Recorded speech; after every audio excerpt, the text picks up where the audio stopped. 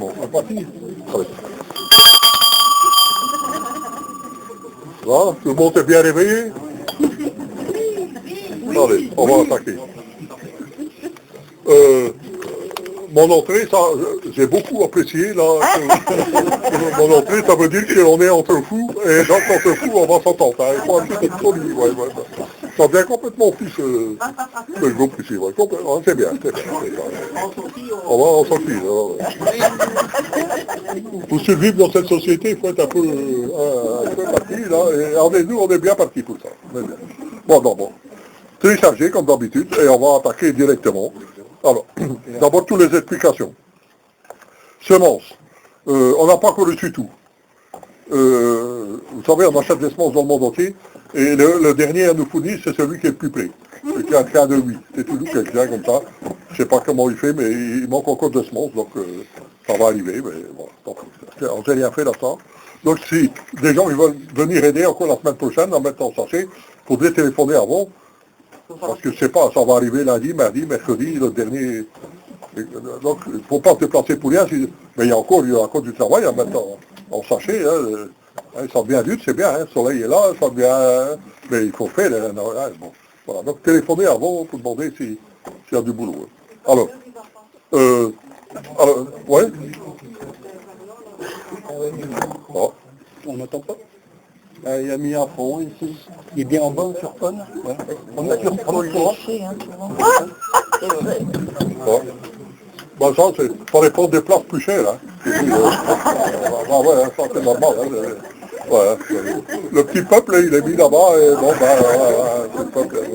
c'est comme à l'opéra, hein. Ils sont tous en haut là-bas, ils n'entendent rien du tout. Hein, bon.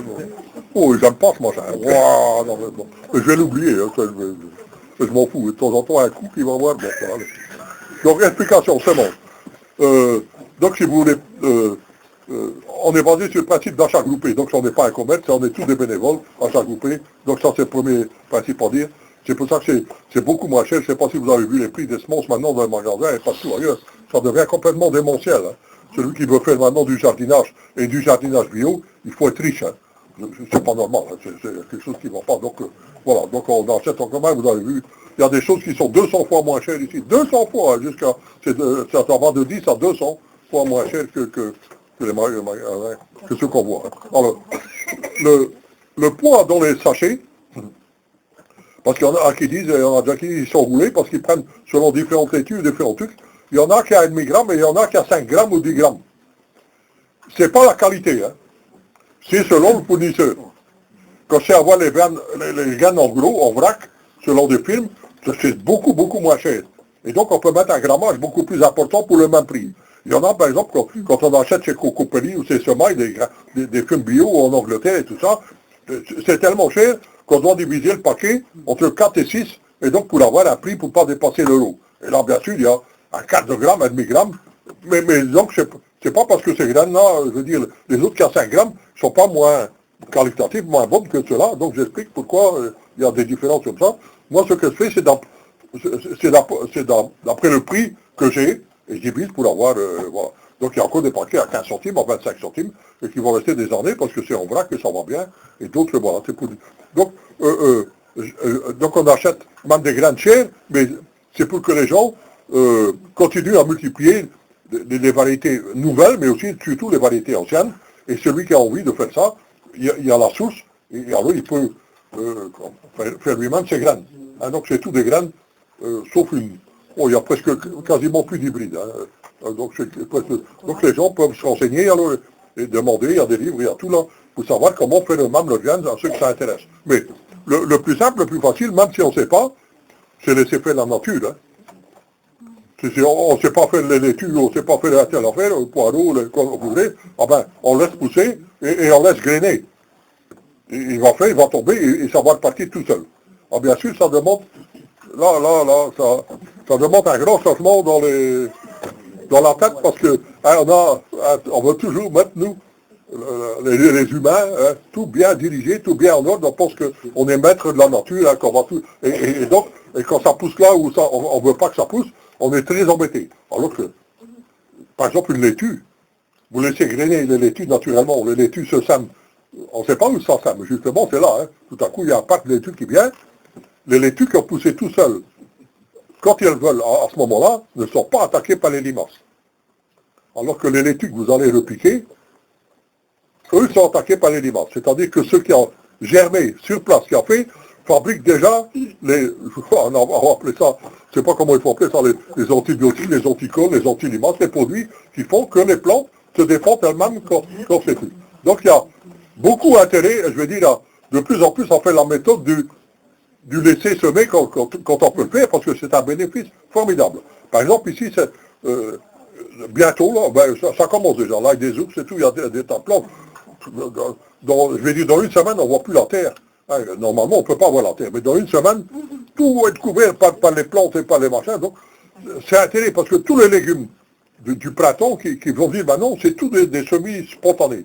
Et il y a énormément, et de plus en plus, dans le prochain catalogue, il y en aura encore pas mal, parce que j'ai un livre de Dussel qu'André m'a ramené, je ne sais pas où il est, André, là. Dussel, c'est un spécialiste français qui fait des livres formidables. C'est le troisième qui dit sur tous les plantes sauvages.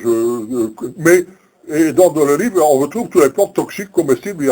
C'est formidable. Et ça dit aussi l'état de la terre, comment il faut changer et tout ça. Et là-dedans, j'ai trouvé, bien sûr, c'était un cadeau empoisonné, ça, quand on me donne un truc comme ça. Et tout à coup, je vois là une cinquantaine au moins de légumes qui poussent tout seuls, qui avant été comme ça, qui envahissent la plupart de la famille des crucifères, donc des choux et tout, tous des plantes sauvages, vivaces, qui poussent tout seuls comme ça. Ben, bien sûr, c'est pas résister. Le tout, c'est de trouver les semences. Hein, c'est pas seulement dans les livres qu'on voit, et j'en ai trouvé beaucoup. Donc, par hasard, une fille anglaise, il y en a tout ces. Donc, dans le prochain catalogue, il y aura tout ça. Mais c'est formidable, parce qu'au sorti, si on met une fois ça, on ne doit jamais plus semer, ça sème tout seul, ça revient, c'est comme la mâche ou des choses comme ça. Et tous des légumes, pourquoi ça a disparu, ça c'est formidable. C'est incroyable même, hein, à cause du commerce, à cause de tout ça a disparu, alors que c'est facile, il n'y a rien à faire, tu enlèves, et à partir de maintenant, déjà mois de mars, tout à coup, ça pousse tout seul dans le jardin, il n'y a rien à faire, vous avez des tas de légumes et des tas de trucs à couper. Donc on revient quand même à tout. Donc dans le prochain catalogue, les gens ils disent où on va les mettre, ça c'est un autre problème. Hein. Ça c'est le problème des chefs d'équipe là, qui devront trouver des boîtes appropriées et tout. Et vous voyez, là maintenant on a déjà trouvé un autre système, on ne sait plus tout mettre dans les boîtes là, on réduit les boîtes là pour ça on va le mettre, et on met la réserve là, et puis on fait la musique, on fait, mais bon mais on a assez de bénévoles pour faire ça, voilà comment ça marche pour les semences. S'il y a des explications, il faut demander. Là. On ne va pas encore faire des... Il y en a qui demandent pour faire des sachets avec des dessins dessus, avec des photos. Mais alors, là, si on fait ça, le sachet coûte plus cher que les semences qu'il y a dedans. Hein. Donc c'est tout à fait... Ouais, mais comme ça, hein, pour la plupart des choses. Hein. Donc c'est tout à fait ridicule, parce que il y a le catalogue qui donne l'explication, il faut les chercher, et puis il y a la bibliothèque là, qui est gratis pour les membres, et là-dedans vous allez trouver la plupart des photos, hein, si vous voulez. Donc là, c'est bien, hein, vous comprenez, donc on ne va pas se lancer dans des... Mais le plus facile, c'est sur Internet, hein, vous tapez la variété, voilà. Vous avez la photo, l'explication et tout. Le principal, c'est d'avoir les semences. Et donc, on est à coup de sachets, on a dû faire cette année tout plein, récupérer heureusement des sachets en pain. Vous voyez, des baguettes là qu'on a coupées en morceaux et tout, il y a de tout. Il y en a qui faut faire attention, parce qu'il y a très peu de graines, et si vous ne faites pas attention, vous pensez qu'il n'y a rien dans le paquet, mais si, il y a, hein, mais il faut faire attention. Il faut retourner. Voilà. On fait ce qu'on peut. Hein. Ouais, s'il y a des explications, il faut demander, hein. Faut dire. Hein, ouais. Et celui qui n'est pas d'accord aussi, surtout. Hein. Tout le monde n'est pas obligé d'être d'accord, au contraire. Hein. Donc, toutes les graines sont achetées. Il n'y a rien qui vient du jardin ici, par exemple. Non, ça ne peut pas. Non, donc, et c'est pour ça qu'il faut... sinon, vous avez vu, tout est gratuit. Les cours et tout ça, on ne fait pas payer. Mais donc, on fait payer la cotisation à 1,5 €, parce que comme ça, c'est considéré comme un groupe d'achat commun. Donc, la loi n'empêche pas les citoyens de se mettre ensemble et d'acheter en commun. Jusque maintenant. Ils essaient bien de faire... jusque maintenant, c'est comme ça. Et donc, on ne peut pas être producteur, on ne peut pas être commerçant. Donc, on n'est ni producteur ni commerçant. C'est-à-dire... Mais rien n'empêche... entre vous d'échanger des graines, tout ça dans le club de faire. Mais on ne peut pas mettre des graines, donc moi dans mon jardin j'ai des graines, je ne peux pas les mettre là, parce que on devient producteur. Là. Et si on est producteur, on tombe sur la législation européenne. Et la législation européenne dit que vous pouvez diffuser, voilà, il y a quelques centaines, hein. Ici, il y a 6500, hein. Donc il ne reste plus rien, hein, si on... Mais jusqu'à maintenant, ils n'ont pas retrouvé, et on est tranquille. Là, pour le moment, jusqu'au moment, on est tranquille. De temps en temps, l'Europe essaie chaque fois, hein, de fait qu'on ne peut plus faire ses graines soi-même, on peut plus... Mais jusqu'à maintenant, le courant n'est pas pour ça. Le courant est plutôt, pour le moment, la pression pour libérer, je veux dire, plutôt donc pour le moment. Mais il faut être très vigilant, hein. Et donc voilà. Nous, de toute façon, c'est l'astuce. Du moment que on achète en commun dans le commerce, voilà. N'importe qui peut faire ça. Hein, ouais. C'est pour ça aussi qu'on ne trouve pas le catalogue sur le blog, hein, avec les prix. Oui. Et avec les prix et tout, oui, parce que sinon on devient commerçant. Alors, on pourrait être considéré, non, on n'est ni commerçant ni producteur. Donc on est groupement d'achat de semences, voilà, j'explique. Et donc, on doit avoir sa carte de membre, tout ça. Maintenant, ça fait quelques années qu'on n'a plus de contrôle, et de la TVA, ou bien du ministère de l'Agriculture, qui disent, voilà, ils font partie du groupe, il y a les cartes là. Hein, donc, sinon, voilà. Donc ça va. Bon. S'il vous plaît, est-ce que vous pouvez donner le numéro d'Internet de ces non pas une façon de faire avec les graines qui poussent. Les quoi? Ce que vous venez de dire là maintenant avec les graines qui poussent, qui reviennent toutes seules, les légumes 50, il y a un monsieur qui savait le numéro d'Internet. Non. Il y a un site internet qui donne des légumes qui viennent tout seuls. Comme non, monsieur a dit qu'on pouvait aussi, au lieu d'acheter le catalogue, regarder sur Internet. Mais c'est pour les photos, c'est pour les photos. Ah ouais, les cours, il y a tout plein d'informations sur notre site, mais pas le... Il y a une fois quelqu'un qui l'avait mis, on a dû chercher Dardin, qui l'avait mis, on ne savait pas pour faire retirer... Ah bah ouais. Et en plus, on aurait eu la France entière et la Belgique entière, et comment on va faire, là, comment on va faire ouais. C'est aussi un... on est une petite association locale. Vous vous rendez compte, on est une petite... on est une petite association locale. Mais quand on peut faire plaisir, on fait plaisir, et là maintenant, ça devient... Bon, on va faire tout ce qu'on peut, on va continuer à faire tout ce qu'on peut, si ça rend service. Donc c'est ça, c'est bien, je suppose, hein. On va continuer tant qu'on peut continuer, on verra. Hein. Là, ouais. Allez, on va continuer.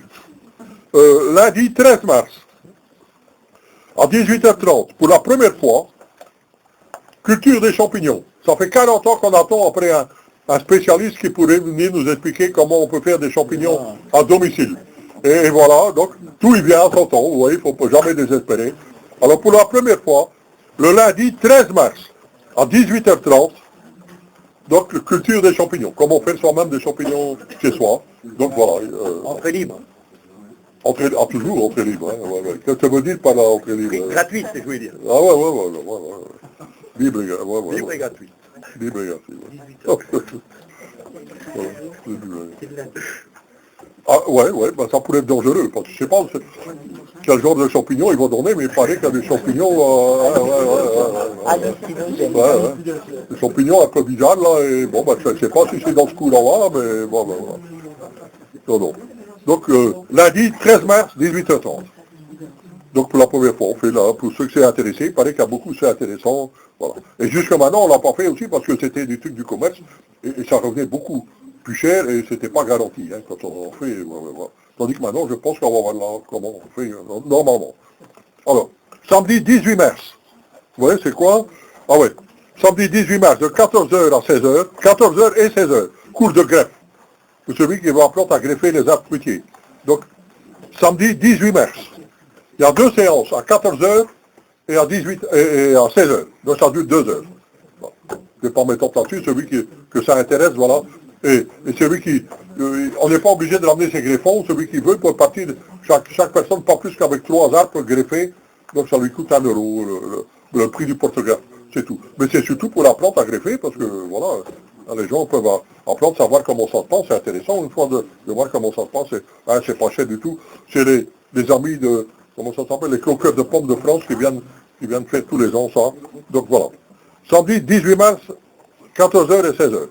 Alors, le cours de taille fruitière, donc il ne s'agit pas de mettre des arbres, mais les gens ont peur après comment il faut faire, comment il faut tailler, et souvent c'est pour ça que les gens ne mettent pas des arbres, parce qu'ils ont peur. Donc, il y a des cours de taille fruitière, il y en a qu'un cette année, une fois, le premier jeudi de juin, de 18h à 20h. Mais toutes ces infos, ils sont là sur l'internet, là, sur le blog Fraternité Ouvrière, si on ne sait pas les... Et puis, voilà. Alors, il n'y a plus d'aide-mémoire non plus pour les paniers du papier et du bazar, parce que c'était l'aide-mémoire de ceux qu'il faut semer tous les mois. Et l'aide-mémoire, il est sur le bloc aussi de FO. Donc celui qui veut l'aide-mémoire peut aller sur le bloc et va avoir l'aide-mémoire tous les mois, l'aide-mémoire de tout ce qu'il faut semer et tout ça. Voilà. La bibliothèque, je rappelle, elle est gratis pour les membres, donc on demande de ne pas tenir un livre plus que 2 mois. Donc on peut emporter les livres, il y a plus que 2000 livres, et ça vaut la peine, celui qui veut s'intéresser à aller plus avant. On n'a qu'une réunion par mois et tout, mais donc celui qui veut aller plus avant, voilà. Donc il faut inscrire, il y a un cahier, on inscrit là, et on demande de ne pas garder plus que 2 mois, parce qu'on sait que si on garde plus, on a tendance à oublier. Après, on l'oublie, ça reste dans un coin, et les livres, ça coûte très cher, donc ça doit tourner, ça doit faire. Alors, quelque chose que je n'ai pas dit, donc on est tous des bénévoles, ici, tous, comment on en sort, c'est avec c'est très bon marché, mais malgré ça, on a quand même un petit bénéfice sur les semences, ouais, tellement il y a du monde et tout, qu'on peut acheter en gros maintenant, donc il reste un petit bénéfice, et avec ce bénéfice-là, on achète des livres pour les membres, donc on fonctionne comme ça, donc c'est tout simple, il n'y a pas de, voilà. Alors, bibliothèque, voilà, ouais, fête du jardinage, ça c'est le plus bon moment de l'année, mais c'est le dimanche 6 août. Donc il y a encore du temps pour se préparer, là, mais ouais, il faut faire la fête de temps en temps, hein, sinon ça ne va pas. Hein, ouais. C'est pas la même chose que les portes ouvertes, hein. Non, il y a les portes ouvertes aussi et tout. Donc toutes ces explications-là, sur Internet, c'est celui qui veut. Il y a encore quelqu'un qui veut demander des explications sur les trucs, sur le fonctionnement, sur le... Non, ça va. Je vais peut-être dire que vendredi, donc c'est la réunion. Ah ouais, c'est vrai, ouais, pardon. Oui. Donc à 6h jusqu'à 7h30, 8h. Et samedi, je donne le cours en échange, donc dans la maison de l'environnement, s'il est restauré. Sinon, c'est dans l'école communale, qui se trouve pas loin de l'église. Si jamais ils sont en travaux depuis le début de l'année, logiquement ça devrait être fini, je n'ai pas eu de nouvelles encore. Donc maison de l'environnement, 16h à 18h. Ouais. Ici, c'est cours de jardinage pour les citadins plutôt. Là, c'est plutôt pour les paysans. Hein. Non, les champs, c'est plutôt pour les sans-culottes, ça. Hein. Donc, si vous voulez me voir sans culotte, les culottes, c'est en échange. Je ne sais pas si je vais avoir beaucoup de monde. T'es surpris, là. T'es pas loin de Dodo la Saumure, là. Hein, Dodo la Saumure, c'est dans le coin, là. C'est pas loin, là. Bon, et tout ça, il va passer là-dessus. Oh, Dodo la Saumure, il va m'attaquer en justice, là. Hein. Bon. Ah ben, on attaque les choses sérieuses. Il y a, là, ouais. Allez. Façon de travailler en permaculture. Donc, à partir de maintenant. Alors. Il faut, donc j'ai marqué plusieurs trucs. Il faut employer le jardin à fur et à mesure des besoins. Laisser le sol tranquille pour favoriser la levée des herbes, des légumes de toutes sortes. C'est-à-dire que, généralement, avant, quand il commençait à faire bon, ça y est, les jardiniers se précipitaient sur leur bêche, et puis on remettait tout en nu, enfin, on remettait... Alors, surtout pas faire ça. Par exemple, il faut mettre l'ail maintenant, les petits oignons, les machins, il y a déjà des tas de semis qu'on peut faire. Ben, faire à fur et à mesure le terrain préparé, à fur et à mesure qu'on a besoin. Et laisser le reste tranquille. Couvert et tranquille, laisser. Et planter les bandes à fur et à mesure. Parce que ça va permettre si vous nettoyez tout le jardin d'un coup, c'est machin, vous coupez par exemple l'ail des ours, c'est tous les légumes spontanés, tout ce qui vient, ben c'est fini, vous coupez. Donc il faut laisser ça tranquille. Parce que ce qui pousse, soit c'est des légumes, des plantes aromatiques, si c'est pas ça, ça devient de l'engrais vert. C'est même, hein, les épinards, la marche, la roche, tout ce qui pousse comme ça. Donc laissez, ça couvre le terrain, c'est un engrais vert formidable. Le meilleur engrais vert que vous pouvez avoir dans votre jardin, c'est ce qui pousse spontanément. Parce qu'on sait maintenant que ce qui pousse spontanément, là où ça pousse, ça contient le plus ce qui manque à la terre, là où ça pousse. Donc je ne sais pas si vous voyez le raisonnement, donc c'est curieux, mais la nature est faite comme ça. Ce qui pousse là où ça pousse contient le plus ce qui manque à la terre pour devenir fertile, vraiment fertile. Donc le meilleur engrais vert, le plus efficace, c'est ce qui pousse spontanément, qu'on tire, qu'on cercle, qu'on fait, et puis qu'on laisse sur place. Surtout pas le déplacer. Donc voilà. Et aussi, donc, pour avoir ça, ne pas faire tout le terrain, le faire à fur et à mesure qu'on a besoin de terrain, sinon laisser libre, laisser pousser, tout ça, on va avoir des surprises formidables. C'est un peu plus difficile de travailler comme ça contre le monde. Pourquoi difficile? Parce qu'il faut repérer, ça va donner le nom à ce qui pousse. Je veux dire, toute votre vie de jardinier, c'est comme ça. Hein. Tous les ans, il y a encore des trucs qui poussent, qu'il faut chercher, ce que c'est. Quelquefois, on met des années à voir, à donner le nom à cette mauvaise herbe qui pousse, on dit qu'est-ce que c'est. Une fois qu'on a donné son nom, c'est plus une mauvaise herbe. C'est clair. Et 9 sur 10 de ceux qu'on ne sait pas donner son nom sont des légumes ou des plantes aromatiques condimentaires qu'on peut manger. C'est rare les plantes toxiques. Mais aussi les plantes toxiques qu'on ne peut pas manger, c'est pas un hasard qui pousse là où elles poussent, c'est parce qu'elles renferment des choses que la terre a besoin ou les autres légumes ont besoin. Ça protège les autres trucs. Donc, tout est utile. La notion de mauvaise herbe est tout à fait absurde. Ça n'a pas de sens en jardinage bio, en permaculture. Tout y sert. Mais le plus difficile, enfin, je veux dire, mais c'est difficile, mais en tout cas, c'est bien aussi. Il faut creuser. Il ne s'agit pas d'avoir un document disant on va ça mettre à l'année, puis il faut faire, il faut sacler, il faut mettre tel produit. Ben non. Ce qui est intéressant au jardinage bio, en permaculture, c'est de reconnaître les plantes, c'est d'être le plus près possible avec la nature et c'est de savoir nommer les plantes. Sitôt qu'on a nommé les plantes, c'est comme les gens, c'est plus des ennemis. Hein? On dit, ah ouais, les Arabes, les machins, les Juifs, tous les ennemis, on ne donne pas son nom. Une fois qu'on connaît les gens, qu'on donne le nom, tout à coup, c'est plus des ennemis. On a vu ça combien de fois à l'usine, des gens, je vais dire, des racistes, des bandages, ils ne savaient pas voir l'Afrique du Nord, enfin les Algériens, et puis, je dis, mais ton meilleur copain, là, c'est pas un Algérien. Ah ouais, mais lui, ça c'est Ahmed, ah ouais, mais ça c'est pas lui. Ben, voilà. Donc quand on connaît, quand on nomme les gens, tout de suite, il y a des tas de choses qui disparaissent, ça devient autre chose. Le pire, c'est pas nommé. Hein, ouais. Sinon, il y a de l'herbe qui pousse. Pardon? Même de l'herbe, on laisse tout le plus tard possible. Le plus tard possible. Ne travailler le sol qu'en fur et à mesure qu'on a besoin. Bon, alors, on va continuer. Donc, donc c'est la phase suivante. Donc, pour planter, donc, on commence. Pour planter ou semer, alors, on utilise là une rasette, une binette ou une houe. Donc, rasette ou binette, je ne sais pas très bien la différence. Il y a des outils qu'on appelle rasette, binette, c'est la même chose. Donc, c'est des petits outils avec des petites lames là, très coupantes qu'on fait juste en surface. Hein, 1 cm, 200, juste comme ça. Ou la houe, alors, s'il pousse des chardons ou des plus gros, il y a des plus grosses plantes. Et donc, la houe, ça vient chercher, là, c'est un plus grand volume avec un grand manche, il faut être habitué. C'est avec ça qu'on fait du beau boulot, mais il faut être habitué. Donc ça, c'est plus les plus gros trucs. Donc, alors, rasette, binette, ou alors même celui qui a un motoculteur à fraises, donc on peut aussi servir celui qui a des grands jardins, des grands bandages, hein, qui a beaucoup, avec un motoculteur à fraises, à condition de ne pas travailler profond, de travailler comme si c'était une roue ou une binette.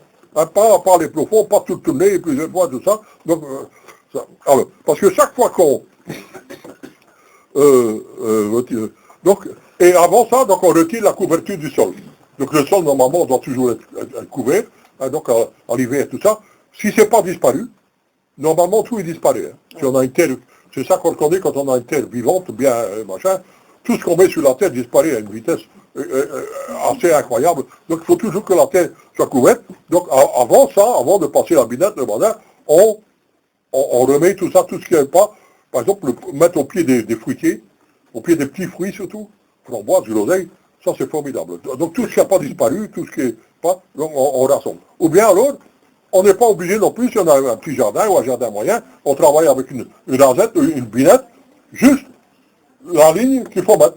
Par exemple, il faut mettre de l'ail, des oignons, des machins, comme on sait, ah ben sur 10 cm, 15 cm, on laisse ce qui est dessus, on laisse ce qui est à côté, on sème, on plante, et après, quand la plante aussi revient, alors, on travaille avec la binette à côté, on laisse l'herbe, tout qui a poussé, et ça devient l'engrais vert. Donc, si c'est pas bien compris, il faut... Hein, moi, je le fais depuis longtemps, mais c'est assez simple, hein, c'est une méthode assez simple. Oui. Des grosses racines comme des chiens d'or, les mêmes dedans, la coupe. Ah oui, alors, aux plus grosses les racines, ils sont, par exemple, chiens d'or, Il n'y a rien qui fait disparaître le chiendon, sauf quand la terre devient fertile, devient riche, fertile, et ça disparaît tout seul. Le chiendon ne supporte pas, il meurt par indigestion. C'est une plante vorace. Mais donc ça prend tout, ça mange, quand la terre devient très fertile, ça boule, ça fait, et le chiendon disparaît. Sinon, rien au monde. Donc ça ne sert à rien dans les profonds effets, penser qu'on s'en débarrasse. Non plus. Il y a des choses qui ont des racines comme un chardon, comme un, je sais pas, c'est des racines, c'est plusieurs mètres, hein. Ça peut aller jusqu'à 10 mètres, 12 mètres. Hein. Rien qu'une racine de blé, c'est 6 mètres ou 7 mètres. Une racine de laitue, c'est 3 mètres. Donc, de profondeur. Hein. Donc, il y a des vraies plantes vivaces, que le liseron, je pense que ça va jusqu'à 20 mètres de profond. Donc, non, il faut pas, ça sert à rien, il faut juste enlever, ne pas le laisser pousser. Ce qu'on veut, ne pas le laisser pousser. Quand ça pousse, on laisse pousser, et puis on coupe, on laisse sur place. Et quand la terre va être remplie de ce que contient le puceron, le liseron, eh bien le liseron ne va plus pousser là. Par exemple, pour le chiendon, c'est comme ça. La terre, au fur et à mesure, ici j'étais rond, vous voyez, c'était, par le chiendon, c'était incroyable. On ne sait pas, on dit comment on va faire. Ben non, on coupe, on fait, puis tout ça devient enlevé, et après quelques années, tout à coup, il n'y a plus de chiendon. Il n'y a plus de cardon, il y a de chardon. Les herbes disparaissent quand c'est même, je vais dire c'est même un problème, ça peut être un problème pour certaines variétés de légumes, comme la famille des chardons. Cardon, artichaut, tous les chardons se mangent, hein. Même les chardons sauvages, là, sont tous comestibles, et tous très bons. Contrairement, on enlève de ces plantes-là. Il y a juste qu'il y en a qui ont des picots, mais quand on pèle, quand on fait, après, même cru, tout, c'est délicieux. Mais, quand la terre devient très vivante et très riche, ça ne pousse plus. On a beau même semer, ça ne pousse plus. Donc, quand on a un grand jardin, je veux dire, il y a des coins de son jardin qu'on doit laisser, surtout pas enrichir. Pas mettre de compost, pas mettre les légumes verts, l'engrais vert. Mais pas enrichir, pas mettre de compost, pas mettre d'engrais, pour laisser des terrains plus ou moins pauvres. Hein, plus ou moins. Là où on pourra alors cultiver, parce que les gens demandent comment on fait. Moi, je sais plus cultiver, j'ai beaucoup de difficultés à cultiver mes artichauts, mes cardons, parce que les terres est venue riche. Et donc riche, donc la plante s'alimente trop fort, c'est des plantes gourmandes. Donc les cellules sont, beaucoup de cellules trop riches en eau, hein, donc ils se gardent, et alors au premier gel, ou au premier froid, au premier machin, bouf, les cellules, ils éclatent, et puis la plante, c'est pas, hein, il y a des explications scientifiques à tout, pas à tout, hein. Il y a des explications scientifiques à tout, mais on ne connaît pas tout encore. Mais on commence à connaître les trucs. Donc, il faut laisser, par exemple, la prêle. La prêle est un légume, hein, pour le manger, un légume formidable. Mais quand la terre devient aérée, riche, vivante, la prêle, elle disparaît. Ah, c'est malheureux parce qu'on ne sait plus faire depuis la prêle, on ne sait plus manger la prêle. Au contraire, alors, viennent les orties. Ah, les orties, ça c'est le légume numéro 1. C'est le plus riche de tous les légumes qui contient, c'est extraordinaire. Celui qu'il faut absolument prendre les orties comme légumes, faire la soupe ou bien... C'est extraordinaire. Et alors, j'ai encore vu, je viens de voir encore un reportage à la télé, là, absolument indispensable pour la reproduction des papillons. S'il n'y a plus d'orties, les 9 dixièmes, 90% des papillons sont finis. 90%. Ouais, c'est un peu moins qu'en France. En France, c'est 90, je pense. 90, enfin, voilà, c'est à peu près le même résultat. Hein, voilà. Donc, pour toutes ces raisons, mais aussi parce que c'est un légume et qui va bientôt apparaître. J'ai vu, je pense, les premiers orties, tout ça, commence à apparaître. Oui. Vous la mangez comment, la prêle? Vous la mangez comment, en salade? Pardon? La prêle, vous la faites comment en cuisine? Quand elle est jeune, dans les salades, hein, même après dans les soupes et dans les bazars, oui. La prêle, c'est entre 95% et 98% de sable. Donc c'est du sable qui pousse. Et donc de la silice. Et c'est de la silice assimilable par les humains. Parce que souvent, donc la fragilité des os, quand on devient plus vieux, quand on vient, même il y a des jeunes il y a des os fragiles et tout ça. Et donc, et on donne de l'extérieur, et ensuite de l'extérieur, les piqûres de silice et de silicium, c'est rien. L'organisme ne l'assimile pas. Voilà. Tandis que sous la forme de végétaux, bien. Sous la forme de prêles, bien. Une grande partie est assimilée par l'organisme.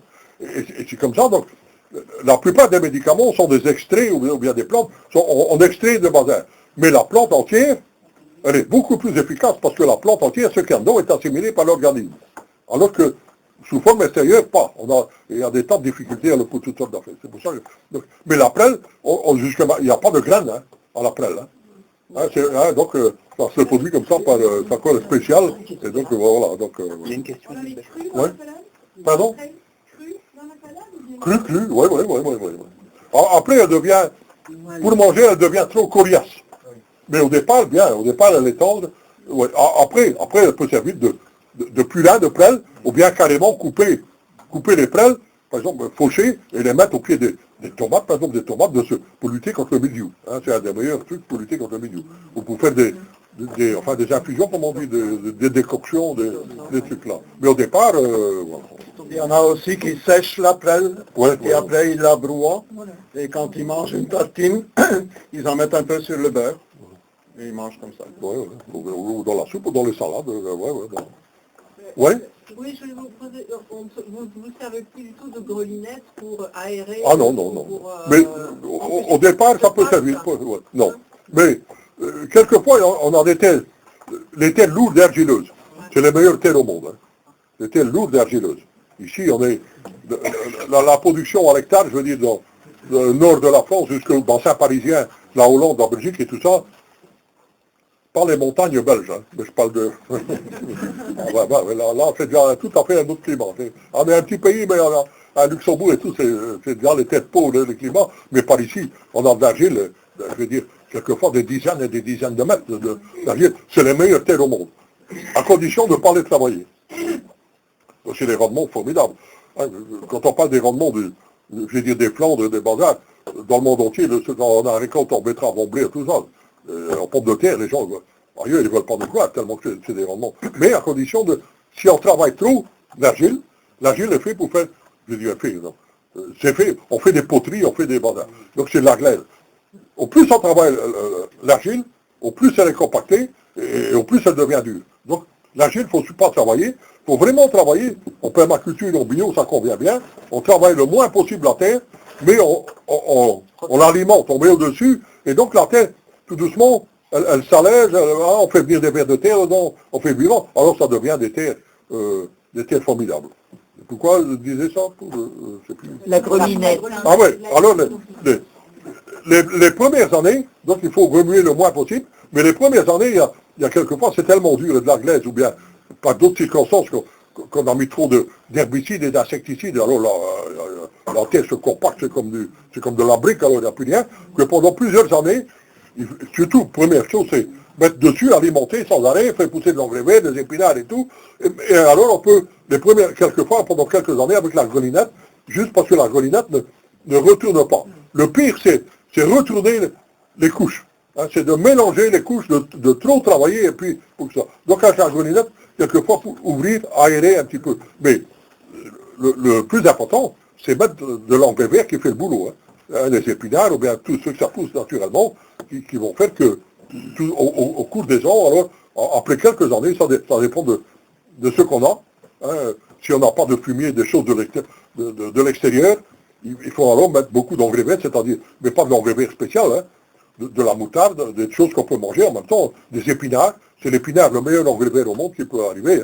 C'est celui qui fait le plus de volume de feuilles, mais ça fait une racine incroyable de plusieurs mètres. Et donc, là où il y a eu des épinards, après la terre, elle est, il y a des trous, il y a des passages pour l'eau, il y a aérée, elle est vivante. Et voilà. Donc passer binette, machin, aussi quelquefois la grelinette, pour aérer un peu, pour ouvrir un peu, pour savoir. Et ce qu'il ne faut pas oublier, c'est de nourrir toute l'année son sol. C'est comme nous, on a besoin de manger tous les jours. Le sol aussi, c'est pas parce qu'il y a des légumes qui poussent qu'il ne faut plus mettre des choses entre les rangs. Sans arrêt, couvrir, laisser la terre le moins possible au soleil, le moins possible, Quelquefois, le temps que ça lève, que ça pousse, qu'on écarte un peu le temps que ça lève, il y a une période comme ça, mais généralement, c'est pas beaucoup. C'est pour ça qu'on peut laisser entre deux. Alors, par exemple, on plante oignons, ail et chalotte, par exemple, tout ça, les têtes de pont, je veux dire, les têtes, on met à 60 cm, j'ai expliqué l'autre fois, donc pas faire des carrés de jamais de rien. écarter minimum ces 60 cm, pour tous les légumes. Comme ça, on s'est fait des entrecultures de tout ça, des associations après. Donc on met, entre deux, par exemple, il faut rien faire. Juste un coup de rasette, un coup, on met, on met, parce que la terre n'est pas que bonne, même à travailler, même assez humide, c'est fait, mais on ne doit pas remuer la terre pour mettre des oignons, échalotes et tout ça. On dépose juste, ou bien juste qu'elle est dans la terre, pour que les oiseaux ne le prennent pas trop facilement, je veux dire, et c'est bon comme ça. Et puis après, donc ça pousse, et puis après la mauvaise herbe entre deux, ce qu'on appelle, va pousser entre deux, là, eh bien on va faire avec la racette entre deux, plusieurs fois, donc, et puis après on va venir semer des carottes, semer des laitues, et la terre va déjà être beaucoup plus propre, entre parenthèses. En bio, il ne faut jamais espérer, le propre c'est l'ennemi de tout. En bio, permaculture, l'ami du jardinier, je veux dire, c'est la merde, c'est le caca. Ça, c'est l'ami. L'ennemi, c'est l'eau de Javel. Donc le propre. Oui, on a tout à fait contraire. On dit, propre, c'est l'eau de Javel. Non, c'est le pire de tout, on en tue tout, on en fait tout. Donc, il y a là un truc dans sa tête qu'il faut... Mais alors, c'est gay, tout il pousse comme ça. Donc, on a... il ne faut pas se laisser envahir, mais il faut laisser pousser aussi. Au plus pauvre la terre elle est, de départ, au plus il faut laisser pousser les herbes spontanées, les mauvaises herbes. Donc, c'est pas une phobie, c'est une aide formidable. Donc, les orties, tout à coup, les gens ont peur d'être envahis par les orties, par tout ça. Ben non, il faut laisser pousser. Bien sûr, si on ne veut pas être envahi avant que ça revienne, ou bien, quelquefois, on peut même souhaiter que les orties viennent en faire, ou d'autres viennent en faire, pour avoir encore plus. Mais si on ne veut pas ça, on laisse pousser jusqu'au moment où ça vient en graine, et puis on tire, on coupe ou on passe la sépette, et puis on laisse sur place. Et donc, si on ne sait pas avec l'extérieur, c'est ça qu'il faut faire le plus. Par exemple, il y a une méthode allemande qui quand même, qui démontre, on peut le faire avec beaucoup de légumes, mais la méthode Gertrude Frank. Normalement, donc, tous les 60 cm, elle met des épinards. Dans tout son jardin. Tout son jardin est rempli tous les 60 cm d'épinards. Et après, entre deux, alors elle vient repiquer et semer ces autres légumes. Et les épinards, elle coupe, et elle laisse sur place, et puis les racines et tout, et donc c'est un engrais vert. Donc il faut retenir l'idée est formidable. Mais on peut mettre avec la moutarde, des épinards, mais on peut faire avec d'autres légumes, je veux dire, entre parenthèses, mauvaises herbes. Tout ce qui pousse là où ça pousse, c'est ça. Mais ça diffère selon les terrains, selon le climat, selon là où on a. On va avoir des mauvaises herbes, entre parenthèses, différentes et tout. Mais voilà, donc c'est un système, mais apparemment, à première vue, c'est pas un système propre comme on entend propre. Qui a pas, quand on dit un jardin propre, avant et encore maintenant, c'est un jardin qui a pas de mauvais, qui a pas d'herbe, qui a juste ce qu'on a mis. Voilà, ça, ça c'est autre chose. Ça, ouais, alors, bon, donc, voilà. Alors, justement, les carottes. Il y a aussi, ouais. On dit toujours les carottes, il faut remuer la terre pour qu'elles... Non, ça, c'est une absurdité. Oui. C'est dans les sols argileux et lourds qu'on a les plus belles carottes au monde. Enfin, ici, dans le coin, on a des carottes d'1 kilo. Dans l'argile. Ouais. Et même plus qu'1 kilo, ouais. Mais dans l'argile, non, la carotte a une faculté incroyable et en général, tous les légumes, mais les carottes surtout, font eux-mêmes le trou, ils sont... ils ont une force phénoménale, mais là, c'est juste... Pardon? Des carottes à plusieurs... oui, on a des carottes... Ah ouais. Mais quand les carottes sont fourchues, on dit, c'est soit des carottes, c'est les cailloux. Donc c'est pas l'argile, c'est pas le machin. C'est qu'ils rencontrent des obstacles. Alors il y a deux sortes d'obstacles, des pierres, des cailloux, ils rencontrent ça, et puis alors, ils sont tellement costauds qu'ils passent à côté, et même quelquefois, il y a des carottes avec le caillou au milieu, Je sais pas si vous avez déjà vu ça, Et la carotte continue à se former en dessous. Donc c'est pas ça. Et le deuxième truc qu'on a depuis quelques années, c'est la sécheresse. C'est-à-dire la carotte a toujours besoin d'être un sol humide. S'il y a une période de sécheresse un peu prolongée, un peu dure, la croissance s'arrête, et quand il y a de la pluie, ça repart, et alors c'est quand ça repart que c'est fourchu. Donc quand il y a un arrêt de végétation, et que ça repart. Mais sinon, c'est dans les terres lourdes qu'on a les plus belles carottes. Alors, donc quand la terre est bien, c'est tout ce que je viens de dire, donc on écarte, on fait, et fait. Un autre système, alors, et moi je fais beaucoup ce système-là, mais les deux sont valables, ça dépend, l'étendue de terrain, ça dépend tout. C'est de faire presque tout, moi je fais des semis en différé. Donc ça me donne beaucoup plus de possibilités de laisser le terrain libre, poussé, sauvage, le plus longtemps possible. Et donc je sème quasiment tout, presque tout, en bac, en godet, à l'intérieur, dans des serres froides, ou dans des serres aménagées pour faire semer en bac. Donc ça lève là, en bac, même les carottes. Donc, mais il y a juste là-dedans, il y a des choses qu'il faut repiquer, qu'on peut repiquer en nu. En nu, ça veut dire à racine nue. Par exemple, des laitues, des choux, des machins. On peut semer en bac et puis tirer un par un. Si c'est à racine nue, je veux dire, on repique, il n'y a pas de problème, ça repart. Il y a des choses, on ne peut pas, comme les carottes, ça ne va pas bien. Donc les carottes, on fait un godet, on met par exemple 4, 5 ou 6 selon la grandeur du godet. Et alors, c'est tout le godet qu'on enlève et qu'on repique, sans que les racines soient en nu. Et ça marche très bien aussi. Donc, mais on peut le faire avec tout, avec les nambres. Tous les légumes peuvent le faire, mais il y a des légumes on ne peut pas séparer, je vais les mettre à racines nues, pour mettre tout le godet. Et il y en a qu'on peut séparer, au contraire que c'est bien.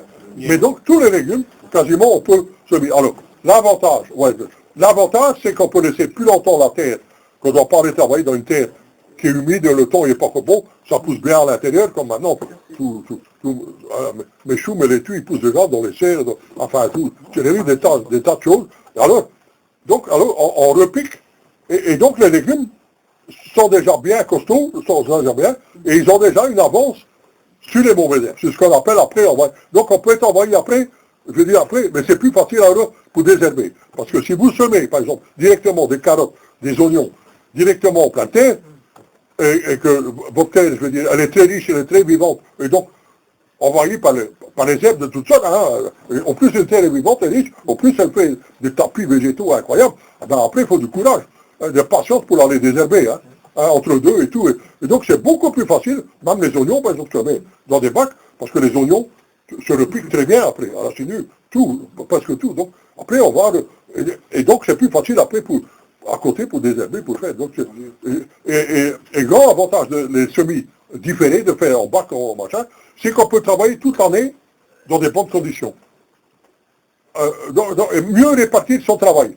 C'est-à-dire, on ne sait pas aller quand il pleut, que c'est trop humide, tout ça. Quand le moment est là, qu'il faut semer telle ou telle affaire, on sème en bac et tout. Et puis, on peut mieux répartir son temps et travailler, même quand il fait mauvais. On fait. C'est pour ça qu'on appelle que moi j'ai appelé le travail permaculture, bio, le jardinage en chaussons. Donc, quand on peut pas aller travailler en chaussons, il vaut mieux s'abstenir et pas aller travailler. Ça veut dire que c'est pas bon. C'est pas bon pour la terre et c'est pas bon pour nous. Donc c'est le travail en chaussons. Ça ne veut pas dire pour ça qu'il ne faut pas mettre des bottines, parce que moi quand je vais travailler en chaussons, puis que je rentre à la maison et que je salis, ça va mal, j'en prends pour mon grade, avec raison. Donc il faut 2 paires de chaussons. Une paire de chaussons qu'on met pour aller au jardin et une paire de chaussons qu'on revient pour aller à la maison. Mais quelquefois, on oublie et puis là. C'est une question là, vas-y. Vous parliez qu'il faut laisser couvert la terre par les adventices pour pousser. Ou par les propres légumes, Est-ce que le fait de pailler, ça remplace le fait de laisser pousser en paillant le terrain, ça empêche les mauvaises herbes?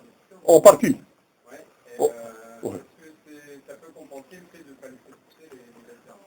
Ouais. Mais surtout ce qui favorise les levées spontanées, c'est mélanger, c'est travailler le sol, c'est-à-dire qu'on met les semences à la lumière. Et alors tout il lève. Ouais, c'est ça. Mais ça dépend ce qu'on veut. Si on veut que ça lève, on peut le faire. Ça dépend le but recherché. C'est comme pour les orties.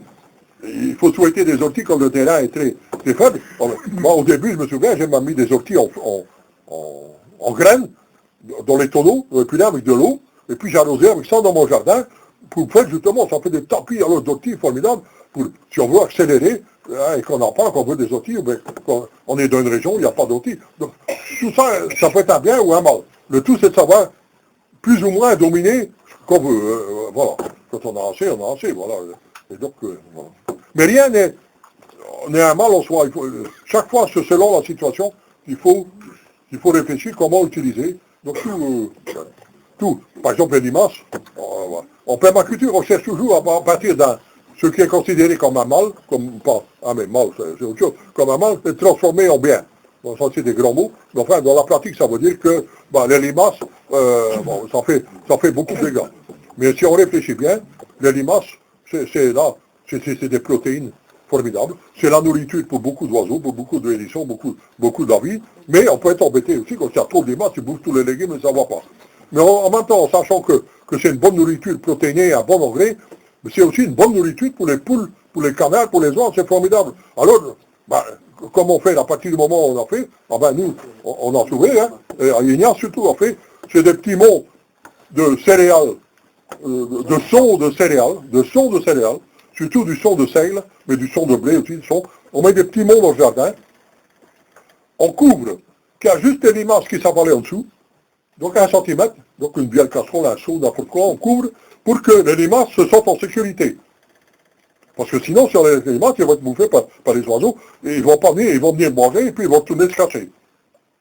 Là, c'est un petit mot couvert, ils vont venir manger parce que c'est un appât formidable. Donc le son, c'est ce qu'on met dans les produits pour tuer les limaces, c'est avec du son de seigle ou du son de blé comme appât. Après, on met des autres affaires pour les tuer, plus dégueulasses. Donc là, ils vont venir, et puis alors, ensemble c'est des pièges, donc ils vont rester là, et bien, et tous les jours, tous les 2-3 jours, vous allez retirer votre piège, ramasser les limaces vivantes, et puis si vous avez des poules de canards, c'est une nourriture formidable pour les poules de canards. Si vous n'avez pas ça, vous les tuez, ça devient l'engrais. C'est tout. Donc c'est voilà. Mais un petit mont, c'est une cuillère à café. Hein. Ouais. C'est pas un demi-kilo, hein. C'est un tout petit peu. Voilà, c'est que voilà. Comme je vous ai expliqué. J'entends mon. Ouais, à la fois, ouais. Madame a dit on met du sel dessus, mais quand on met du sel dans l'eau. Ah oui, parce qu'on ne peut pas remettre du sel dans la terre. Hein. Ah non, c'est pas bon, non. Non, mais à part. Sauf pour éloigner, sauf pour... attendez.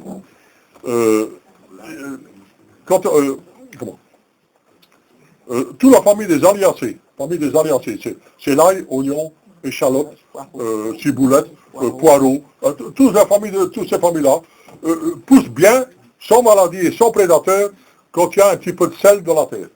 On a remarqué ça parce qu'au plus proche on est de la mer, on a vu ça, et les cultures sont tout à fait belles et exemptes de maladies. Donc on a dit, tiens, c'est sûrement à cause du sel, et c'est vrai. Et donc, si on veut, une fois améliorer, quand tout va bien en permaculture, en jardinage, quand tout va bien, tout va bien. Il ne faut pas chercher à compliquer les affaires. Quand tout va bien, quand ça pousse bien, ça pousse bien. Mais quand ça ne va pas, quand c'est attaqué, ou bien quand on ne sait pas conserver ses échalotes, ses oignons, quand on a des maladies à champignons ou tous des trucs, il faut bien chercher pourquoi. Et une des premières méthodes à essayer, enfin, il y a tout plein de méthodes, mais la première, c'est mettre un peu d'algues marines, un peu de chaud. Ils aiment bien un peu de chaud, poudré avec des chauds. Et la deuxième chose, là aussi, ça ne va toujours pas avec ça, c'est 50 grammes de sel dans 10 litres d'eau, 50 grammes de sel dans 10 litres d'eau, une fois par an, un arrosage, une fois que c'est bien poussé, bien en vert. Et donc ça aide beaucoup à avoir des bons oignons et échalotes. Voilà. Sinon, il vaut mieux utiliser des... Et alors, par exemple, pour les carottes, pour éviter le verre, il y a plusieurs choses. Pour éviter le verre de la carotte, c'est 50 grammes de sucre. Ça éloigne les nématodes et les vers de la carotte, le machin. Donc, 50 grammes de sucre dans 10 litres d'eau. Mais il y a une méthode, depuis quelques années qu'on a essayé, qui est beaucoup plus... La première chose, c'est cultiver la carotte, par exemple, sur butte. Faire une petite butte, ou bien une plus grande butte, et cultiver les carottes sur butte. Et la deuxième chose qui marche bien, c'est couvrir le collet. Depuis quelques années, on a essayé ça, donc c'est buter la carotte. Que le collet n'est plus accessible aux mouches qui viennent, donc parce que la mouche de la carotte vient pondre sur le collet. Et puis ça descend. Si on bute légèrement la carotte, pas buter tout la verdure, buter le collet qu'on ne voit plus, ça marche bien aussi. On a essayé ça assez récemment, plusieurs années, et ça marche bien. Ça donne des bons résultats, beaucoup moins de dégâts dans les carottes. Mais c'est pas à l'ordre du jour d'aujourd'hui. Si je peux réagir 2 secondes sur le sel. Bon, c'est vrai que quand on dit les limaces, on les coupe en deux ou on les écrase, ça fait mal au cœur. Mais si vous voyez la limace agoniser pendant 3 heures avec leur sel, je pense qu'il vaut mieux les couper en deux ou les écraser que de faire ce système-là. Et il faut savoir aussi que les limaces sont indispensables pour la mycorhize. Donc, les sécrétions, donc le caca des limaces, et la nourriture des mycorhizes. Les mycorhizes, c'est des micro-champignons qui font pousser les plantes. Donc c'est un équilibre qu'il faut trouver. Pas trop de limaces, mais il ne faut pas non plus tuer tout le monde. Et ça peut aussi, comme nous, on a certaines maladies qu'on n'est pas bien parce qu'on ne mange plus de limaces. Donc le mettons-nous à manger, on mange bien des escargots. Ah, ça, c'est les Français qui nous ont appris à manger des escargots. Bon, c'est pas mal, mais les limaces, c'est un escargot. Hein. Donc on fait, et puis on fait pour lutter contre la grippe et contre les rhumes, le sirop de limace est très très efficace. Hein. On continue à vendre et à faire des sirops de limace, voilà. Ouais, ça apparaît, Les limaces, une fois qu'elles sont mortes, on notre jardin. Pardon? Les limaces, une fois coupées en morceaux, on les remet sur le jardin. Ah oui, pour les laisser, ça devient de l'anglais, bien sûr. Ça, bah ouais. C'est protéiné, c'est de l'anglais.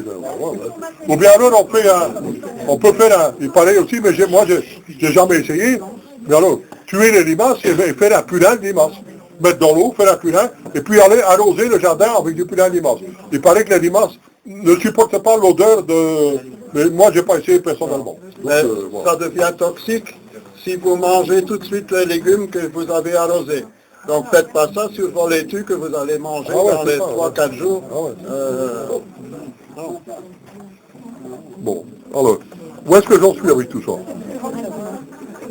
Alors, donc semis en pépinière, piécette ou coffre, donc semis, je viens de dire semis, donc on peut aller alors repiquer, et donc on peut laisser plus longtemps, et puis c'est plus facile. Un terrain qui est fort envahi, quand on ne sait pas maîtriser, c'est ça qu'il faut faire. Sinon les mauvaises herbes, entre parenthèses, poussent plus vite que les légumes civilisés. Hein. Et donc on est envahi, donc ça c'est aussi un bon système. Alors, quand on fait les semis, aussi bien en caissette, mais aussi en pleine terre, pas profond. Ce qui rate le plus, que j'entends ici quand les gens viennent dire ça pousse pas, ça lève pas, c'est que les gens sèment généralement profond. Il faut semer le plus superficiel possible, jusque les graines sont couvertes. Pas dépasser 1 cm. Généralement, c'est le demi-centimètre de profondeur, demi-centimètre, qui est largement suffisant. Et aussi, alors, pas buter, damer. Voilà. Mettre donc les semences, un petit rayon de rien du tout, à demi-centimètre de profond, mettre la terre dessus. Pas mettre le terreau, j'ai déjà essayé aussi, ni la tourbe, hein, parce qu'on reconnaît bien sûr les lignes, on en fait, mais quand on met du terreau ou de la tourbe ou tout ça sur la ligne, bien sûr on voit la ligne. Mais cette ligne-là, elle s'assèche trop vite. Ça, j'ai remarqué que ça poussait beaucoup moins. Donc, il faut pas faire un truc artificiel, à demi-centimètre, avec le râteau ou avec quelque chose, remettre la terre un peu que les graines sont couvertes, et puis un léger damage pour que les semences soient bien en contact avec la terre. Donc, le plus grand raté, c'est qu'on sème les graines. Ben, à demi-centimètre, c'est pour la plupart des graines, c'est ça, hein, tous les graines, racines et tout ça, ou les laitues et tout ça. Sauf pour les haricots, les petits pois. Eux, ils doivent être, encore pas trop profond non plus, ça dépend de la période de l'année.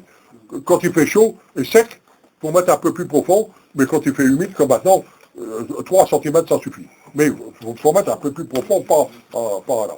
Surtout que, si on ne fait pas ça, les oiseaux ont vite repéré la ligne des petits pois, et puis ils s'enfuient la ligne, il n'y a plus un petit pois. Hein.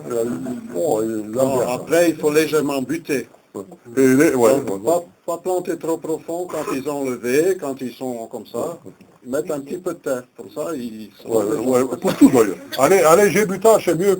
Donc il faut supprimer la profondeur, même pour les poireaux, pour beaucoup de trucs, après je vais en parler quand c'est les poireaux. Tout ça, mettre pas, quand ils disent profond, non, rien mettre profond. Mais buter après, ça oui. Ça. Parce que ça augmente la surface qui est exposée à l'air, à la lumière, au soleil, et donc ça fait un truc beaucoup plus chaud, et ça pousse beaucoup moins, parce qu'au plus vous descendez dans le sol, au moins la terre est fertile. Hein. La terre la plus riche, c'est les premiers centimètres. Hein. Au plus vous descendez, au moins c'est fertile. Donc, par exemple, un poireau, si vous mettez, il y en a qui mettent le poireau à 20 cm, 30 cm, ils mettent la terre dans une terre qui n'est pas fertile. Donc, c'est pas avoir des beaux gros poireaux comme ça, mais pas profond et buté, ça oui. Ah, oui. Mais je vais en parler au moment où c'est le cas. Mais c'est parce qu'il faut semer déjà maintenant déjà les poireaux. Hein. Je vais en parler après. Ouais.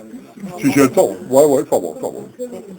Donc semis pas profond. Et après, alors, on est toujours dans les semis. L'étiquetage. Absolument, pour connaître les plantes, absolument étiqueter ce que vous mettez. Maintenant, parce que vous avez beau dire, vous avez bonne mémoire, bon, moi, ça n'existe pas, vous savez plus ce que vous avez mis. Donc, parce que, selon le sol, selon le climat, selon le jardinier, il faut choisir des variétés, d'abord, qui plaisent au goût. Il ne faut pas mettre des choses que vous n'aimez pas manger, c'est tout. Vous n'allez pas gagner des années de purgatoire parce que vous mangez quelque chose que vous n'aimez pas. Hein. Enfin, je suppose, hein. Ce n'est pas prévu dans le règlement, je pense, ça compte pas. Ça. Donc le masochisme, ça ne fait pas aller plus vite au paradis. Hein. Donc choisissez d'abord des variétés que vous aimez bien. Ça, c'est le premier critère. Après, ces variétés que vous aimez bien, au goût et tout ça, ça doit convenir au climat et au sol où vous mettez. Donc il faut faire... il y a beaucoup de gens qui me demandent souvent c'est quoi le meilleur dans le catalogue. C'est quoi mais ils doivent choisir, c'est plus difficile. Mais moi, je ne sais pas dire. Tout ce qui est dans le catalogue est bon, sinon il ne serait pas là. Mais tout dépend du terrain, du machin, et même d'un terrain à l'autre à côté, et même quand on a un grand jardin, d'un côté à l'autre, ça diffère, il y a des choses qui vont bien à côté qui ne vont pas bien de l'autre. Donc chacun ne sait pas faire, est obligé de faire l'expérience de choisir et de mettre ce qui va à l'avenir donner les meilleurs résultats. Une fois qu'on a trouvé ça, on a déjà trouvé beaucoup, parce qu'une plante qui pousse bien sous le climat, sur le sol, c'est déjà beaucoup moins de maladies, beaucoup moins, elle pousse. Donc pour ça, il faut mettre des étiquettes pour repérer, pour savoir. Donc ça coûte pas cher, les sachets et tout ça de faire, donc il faut mettre plusieurs affaires. Donc au début, il faut mettre ça, pour savoir lesquels on aime bien, lesquels ils poussent bien. Après c'est encore mieux, parce que quand on sait ce qui pousse bien dans son coin, les variétés qui poussent bien, après il faut passer à la vitesse supérieure. Et vitesse supérieure, c'est quoi? C'est mélanger les variétés qu'on aime bien.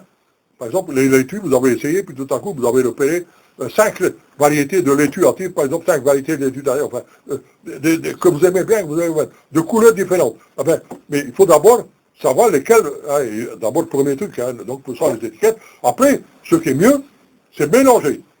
Parce que chaque variété, selon la pigmentation, selon le machin, émet des sécrétions différentes. Et ça se protège l'un l'autre. On a vu qu'au plus on mettait des variétés différentes, aussi bien de pommes de terre que de laitue, que tout ça, en même temps, sur la même rang, sur le machin, ça se protège l'un l'autre. Beaucoup mieux. Et aussi, c'est beaucoup plus gai, parce que toutes les variétés sont adaptées à tel climat, à telle zone, à tel machin. Mais par ici, on sait avoir, je veux dire, les 4 climats de l'année sur une semaine. Hein. Donc on ne sait jamais. Hein. Personne, il y a des régions où les climats sont bien typés, sont bien... Bon, on sait, mais par ici, ça change de... C'est incroyable, il y a des 10, 20 degrés d'écart sur quelques jours, et donc, où il y a la pluie, la sécheresse et tout. Alors c'est beaucoup mieux de mettre plusieurs variétés ensemble, de semer, parce que non seulement, moi je trouve que c'est beaucoup plus beau, on a des verts, des rouges, tout ça, mais s'il y a une année que vous mettez une variété qui ne supporte pas la pluie ou bien la sécheresse, vous n'avez rien du tout. Tandis qu'en mélangeant les variétés, vous luttez contre les maladies, ça va mieux, et puis vous avez toutes les chances qu'une variété, plusieurs variétés vont correspondre au climat de cette année-là. Et donc vous n'avez pas d'échec. Hein, donc, ouais. Ici, par exemple, les pommes de terre, ouais. Si vous mélangez les pommes de terre, comment vous savez ouais, ben c'est ça, il faut faire avant. Avant de faire ça, il faut savoir les pommes de terre qui vont bien dans votre coin. Non, mais comment vous savez? Il y a des fréquences tardives. Ah non, ouais, ça, quand on mélange, il faut mettre ensemble. Ouais. Ah oui, d'accord. Ouais, ça, il faut mettre ensemble les actives et les... ça c'est... Les actives, les mi-actives, les tardives, dans toutes les variétés, ça, il faut garder ensemble. Jusqu'à maintenant, peut-être qu'après, ça va changer. Donc, ils n'ont plus le mildiou en Amérique du Sud quand on a fait ça. On sait ça parce que ils ont pensé avoir beaucoup... donc, l'origine de la pomme de terre, c'est les Andes. Donc Bolivie, Pérou, Équateur, par là. Et alors, ils ont voulu changer pour avoir plus de production. Ils ont pris les variétés américaines et tout ça. Et puis donc il y a eu plus de rendement, mais après ils ont eu mildiou et puis tata. Hein, ils n'ont plus rien eu du tout. Hein. Plusieurs années sans récolte. Le mildiou, hein, comme en Irlande, en 1850, tout d'un coup, bof. Et puis ils sont revenus d'Ardin. Ils ont vite recherché d'Ardin les variétés anciennes qu'ils avaient. Ils ont remis, et puis plus de mildiou. Ah, ils ont dit ça c'est quand même formidable, alors qu'il y a eu, et ils ont plus de mildiou. Alors, on pense, on n'est pas sûr, on n'est jamais sûr de rien, mais on pense qu'il n'y a pas une variété qui est même. Quand ils mettent les pommes de terre, il y a des rouges, des blanches, des noires. Donc, chaque pomme de terre, ils ne savent pas quelle variété que c'est, sont toutes des variétés différentes, des trucs différents. Et on pense que c'est ça. Donc, toutes des variétés différentes, et qu'il n'y a pas de mildiou, ils résistent. L'un se protège à l'autre. Mais on peut essayer ça de nouveau par ici. Mais avant de faire ça, il faut choisir des variétés qui conviennent bien au climat et au sol de votre jardin, hein, de votre truc, hein, pour avoir toutes les chances. Hein. On peut essayer comme ça aussi, mais enfin... Voilà. Alors, donc l'étiquetage, c'est pour connaître les variétés. Voilà. Voilà. Moi, une année, j'ai pas su faire parce que j'ai eu des gosses assez turbulents. C'est anarchiste, mais c'est ça que je voulais, hein, pas déconditionné. Alors une année, ils n'ont rien trouvé de mieux pour voir si j'étais assez malin. Ils ont dit après l'explication, on ne sait pas si c'est ça. Moi j'ai été assez malin, ils ont mélangé toutes mes étiquettes. J'ai dû lamer là. Mais après, j'ai pas été... Mais après, là, c'est un temps, et on n'y pense pas, mais après, on reconnaît les plantes qui lèvent, sitôt qu'ils lèvent déjà, et après aussi. Donc tout est connaissance. Moi je ne pensais pas qu'on allait arriver à ça, mais au début c'est là. Moi j'ai commencé le jardinage à 30 ans, donc je ne savais rien. Donc, c'est la cata, tu ne connais rien, tu ne sais rien. Mais après c'est dingue. Hein. Quand on est dedans, tout à coup, ça lève et tu le connais. Tout de suite, même dès le départ, ceux qui lèvent, et après encore mieux, hein, même après, les variétés c'est plus difficile. Hein. Dans déjà toute la famille, tu sais tout de suite, mais les variétés, même après, tu le connais après les variétés, comme pour les fruits, quoi.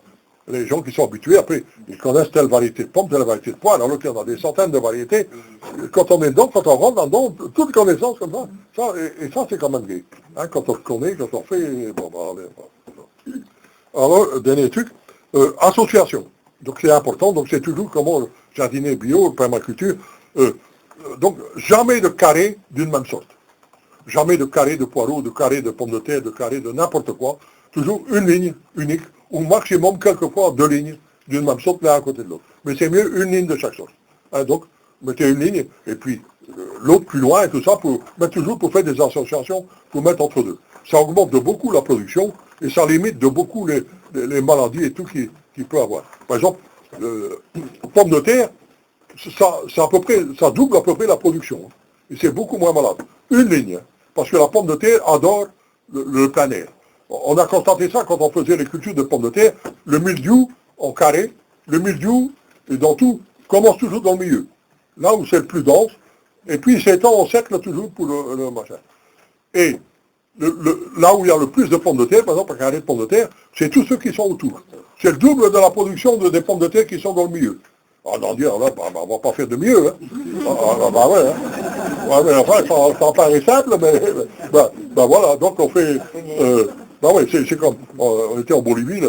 En Bolivie, on volait toujours le train, le dernier wagon.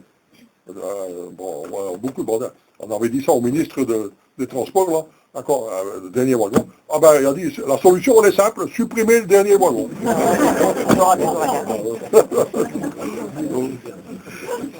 Bon, j'en suis là, voilà.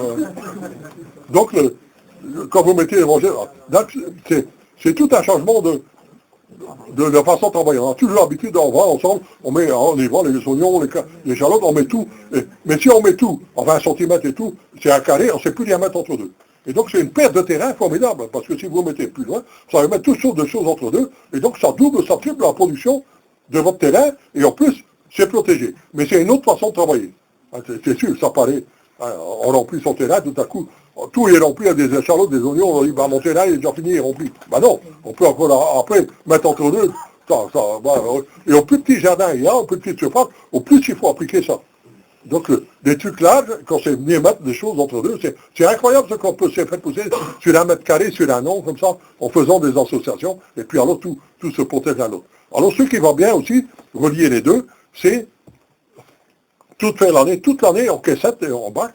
Par exemple, ça pousse quand ça pousse, et après on va, et on voit, tiens, ça va être récolté, ça va bientôt, donc je peux aller repiquer entre deux, ça va partir, les autres auront toute la place. Et c'est comme ça qu'on trouve toutes les astuces et toutes les associations.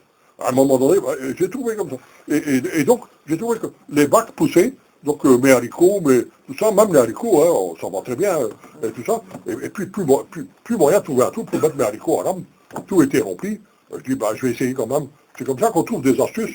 Hein, on fait plusieurs fois autour du jardin, il n'y a pas de problème. On dit, comme où c'est que ça peut aller, c'est comme ça. Et puis je dis, les arbres, on ne sait jamais. Hein. Je dis, je vais essayer. Et donc, repiquer au pied des arbres, les haricots à rame. Donc, les haricots qui rampent au pied des arbres piqués. Et ça marche très bien. Hein. Donc les haricots se servent de la ramure, des machins, et donc il y a les haricots qui pondent au milieu des fruits, au milieu des bananes, et c'est un bon parce que les haricots aiment bien de pousser dans un truc pas humide, donc ça reste sec, au pied des fruitiers, c'est là l'endroit où c'est le plus sec, hein, et donc les haricots nourrissent alors la terre aussi, et donc, mais il faut essayer, quelquefois il y a des trucs qui ne marchent pas, il y a des trucs qui marchent bien, donc il faut essayer comme ça. Voilà, ben, j'ai fini ça, après on va étudier en détail ce qu'on peut semer maintenant, mais s'il y a des questions sur tout ce que je viens de dire là, parce que ça c'est la base, hein, et c'est pas facile toujours à faire, ouais. J'ai pas bien compris la réponse de la question là-bas. Est-ce que le fait de pailler entre les rangs, est-ce que c'est l'équivalent de laisser pousser les herbes ou les... C'est l'un ou l'autre, hein. C'est selon ce dont on dispose. Si on dispose de beaucoup de fumier, de beaucoup de compost, ouais, il faut mettre ça dessus, donc il y aura beaucoup moins d'engrais verts, hein, beaucoup moins de plantes qui vont pousser. Si on dispose de rien, il faut faire le maximum d'engrais verts. Mais engrais verts, ce n'est pas des engrais spéciaux verts, c'est les propres légumes qu'on met, comme les épinards, la moutarde, tous des trucs qui servent. Tous les plantes peuvent devenir engrais verts. Hein.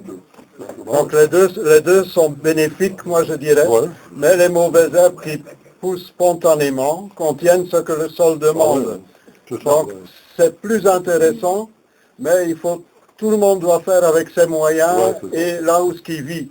Si vous avez des voisins qui n'acceptent pas du tout ça, préférez alors étendre des choses entre vos légumes.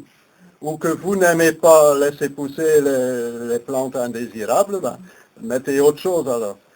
Mais disons que vous perdez un petit quelque chose, mais vous avez quand même beaucoup d'avantages à le faire. Même des cartons, hein. Les cartons, ça donne de très bons résultats. Hein. Surtout que maintenant, les encres qu'il y a sur les cartons et tout ça ne peuvent plus être à base de plomb. Avant, ils étaient... Maintenant, donc il n'y a plus de toxicité. Donc on peut recycler les cartons. Par exemple, vous mettez même des cartons, des plantations de fraisiers, sur du carton, il n'y aura pas les mauvaises herbes, ou bien, quand vous êtes vraiment envahi, mettez partout du carton pour calmer les herbes, tout ça, et après ça va, ou bien, entre deux, pour remplacer le compost du fumier, mettez des cartons, des cartons, des cartons, on va mettre des cartons. Entre les légumes. Et le repiquage, qu'est-ce qui décide le repiquage? C'est le temps qu'il fait ou la... Ah non. Non. Il faut aller voir, on a fait une fois une leçon, il est marqué là. Ceux qui supportent le repiquage, ceux qui n'en peuvent pas, il y a une petite brochure qui a ça dedans. Mais donc il y a ça sur Internet, hein, sur le blog, il y a ça. Les légumes qu'on ne peut pas repiquer à racine nue et ceux qu'on peut repiquer à racine nue. C'est pas ça ma question. Quand est-ce qu'on repique? Quand le temps est bon? Quand la plante est grande? Ah ouais.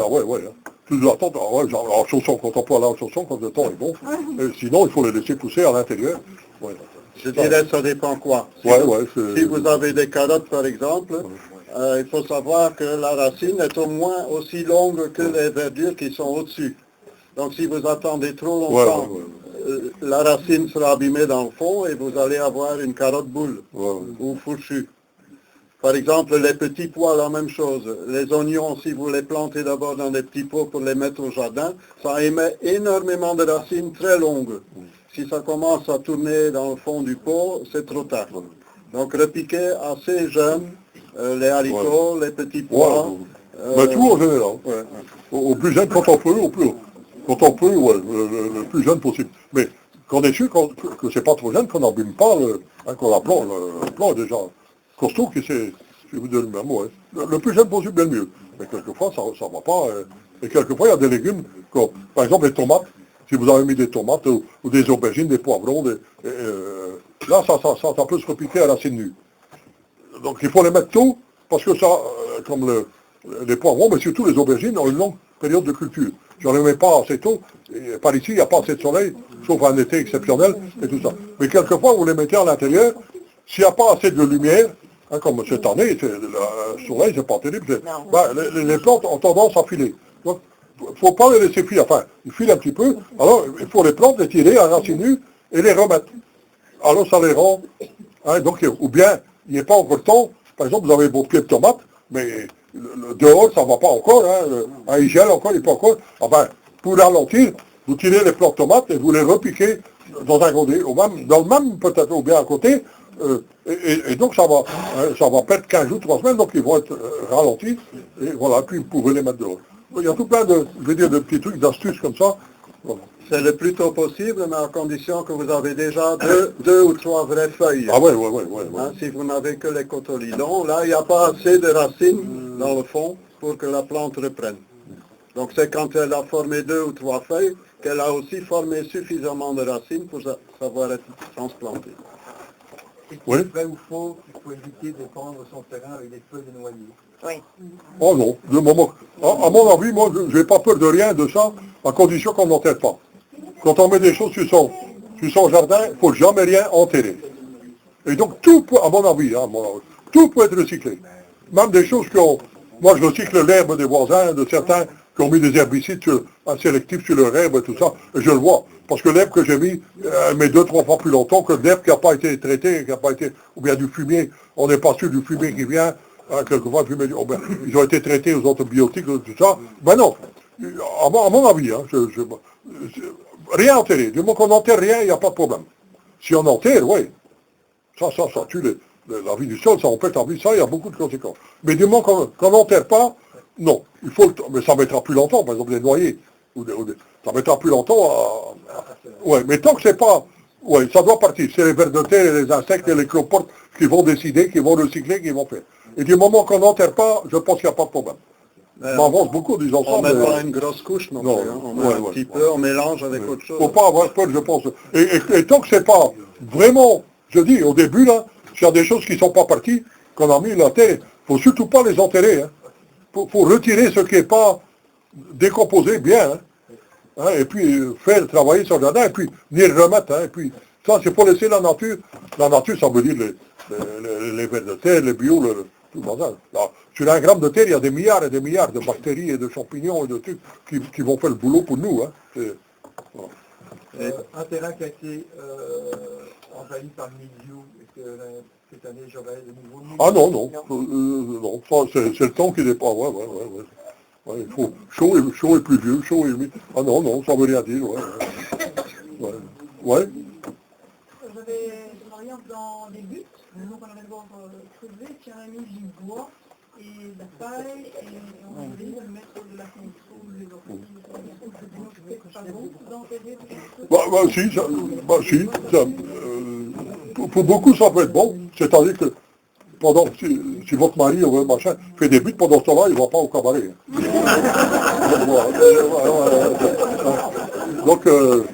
Donc ça dépend. Mais du point de vue agronomique et de vue agriculture, non. C'est même aberrant quelquefois, parce que la culture sur but, ou bien sur billon, c'est formidable dans les terrains marécageux, humides. Donc mais surtout que c'est intéressant, c'est de faire de bêche, faire des billons, de faire de bêche, ou bien faire une butte, c'est-à-dire que l'eau elle s'en va. Et donc on peut travailler. Sinon, non. Si on fait par ici où il pleut tous les jours, quasiment, c'est aberrant. Ça n'a pas de sens. Donc, non. Attends. Je me suis trompé, ou bien... C'est un petit peu contradictoire. Ouais. Non, s'il pleut, t'as dit qu'il faut faire des buts. Ouais, mais si c'est humide, il pleut, il faut faire des buts. Mais si on a une période... Ouais, c'est ça que je veux dire, j'ai dit le contraire. Mais si on a une période de sécheresse, comme on a maintenant, on sait avoir 1 mois, 2 mois, 3 mois qui ne pleut pas, là, ces dernières années, on a eu ça. Alors c'est une catastrophe, parce qu'il faut aller tous les jours arroser. Qu'est-ce que c'est? Donc, c'est ça, c'est toujours là. Il faut s'adapter au climat dans lequel on est. C'est ça. Mais sinon, faire des buts en disant permaculture, c'est culture du but, non. Non, mais quelqu'un, c'est des lasagnes, c'est-à-dire qu'on met des ou des lasagnes. Oui, ça peut être bon pour recycler. Pour recycler, par exemple. Vous avez une grande quantité d'arbres, de machin, ou vous savez avoir beaucoup de fumier et tout ça, oui, vous faites dans votre jardin, vous faites alors des monts fumés, une espèce de monts fumés, et là-dessus, alors, vous choisissez d'aller le piquer, par exemple, tous les cucurbitacées, courgettes, potirons, tout ça, au-dessus. Et puis tout doucement, eux, ils vont se trouver bien, et après 1 an, 2 ans, ça va disparaître, et votre terre en dessous va être formidable pour autre chose. Donc il faut toujours réfléchir. Mais jamais faire souvent du boulot pour rien. souvent, c'est contraire des pensées d'avant. La pensée d'avant, c'est l'homme doit dominer la terre, il doit faire, on va empêcher, et seulement un bon jardinier ne doit jamais arroser, seul sa sueur suffit. Donc avant on disait ça. Et c'est toutes les années de purgatoire en moins, au plus qu'on rêve de ça. Tout ce qu'on a, c'est qu'il y a beaucoup de jardiniers qui sont morts au printemps sur leur bêche. Ça on a comme résultat. Donc, mais ça vient de la religion judéo-chrétienne. Hein. Il faut souffrir, il faut beaucoup travailler pour avoir des résultats si on fonctionne de ça. C'est tout à fait contraire. Au plus on respecte la nature, au plus on connaît, au moins on a de boulot et au plus on a de plaisir. Mais ça va à l'encontre de cette culture-là. C'est quelquefois pas facile. Hein. Et aussi, on est fiers. C'est pas dans le système permaculture, je vais dire, c'est la nature qui dirige d'abord. Et on est collaborateur, on essaie de savoir. Et à partir du moment où on veut dominer tout, c'est comme dans une société, on exploite, d'ailleurs le mot exploitation, on dit exploitation, et quand l'exploitation, ça veut bien dire ce que ça veut dire, mais on voit où on en est avec l'exploitation de la terre, il n'y a plus rien, c'est mort, c'est tout. Donc il faut être collaborateur, connaître, faire, donc c'est un truc inverse, voilà. Et si vous voulez un bon, je peux vous donner un bon, vous faites en permaculture après pour entrer au paradis, hein, pour les affaires. Ça va être toutes les années au moins. Alors, en fait, il n'y a pas de... Donc, vous dites qu'il n'y a pas de graines et de variétés qui sont incompatibles. Par exemple, de mettre des choses, des tomates à côté de machin. Ça, c'est pas vrai. On peut mettre tout. Non. Justement, c'est ça qu'il faut trouver. Il y a des associations qui vont pas, il y a des associations. Les associations qu'on sait qui vont pas, qu'on a découvert, il y a encore beaucoup de choses à découvrir, mais qui vont pas, qu'on a prouvé, c'est toute la famille des aliacées, oignons, échalotes, avec la famille des légumineuses, haricots, fèves, petits pois. Alors, l'explication est, maintenant, toute simple. Avant, c'était pas tout simple. Hein. Avant, on traitait tous les légumineuses avaient des nodosités, qu'on appelait ça. Des petites boules, c'est-à-dire qu'ils fabriquaient l'azote, les plantes fabriquent eux-mêmes le l'engrais. Et on croyait que c'était une maladie, on a traité pendant longtemps pour tuer ces... pour dire que, on n'était pas très malin. Alors, mais on sait, donc, ail, oignon, échalote émettent des sécrétions par les racines. Et ces sécrétions par les racines empêchent justement la fabrication de ces petites bouboules où on fabrique l'azote. Ça gêne beaucoup ça. Donc, si on met là à côté, ça ne va pas.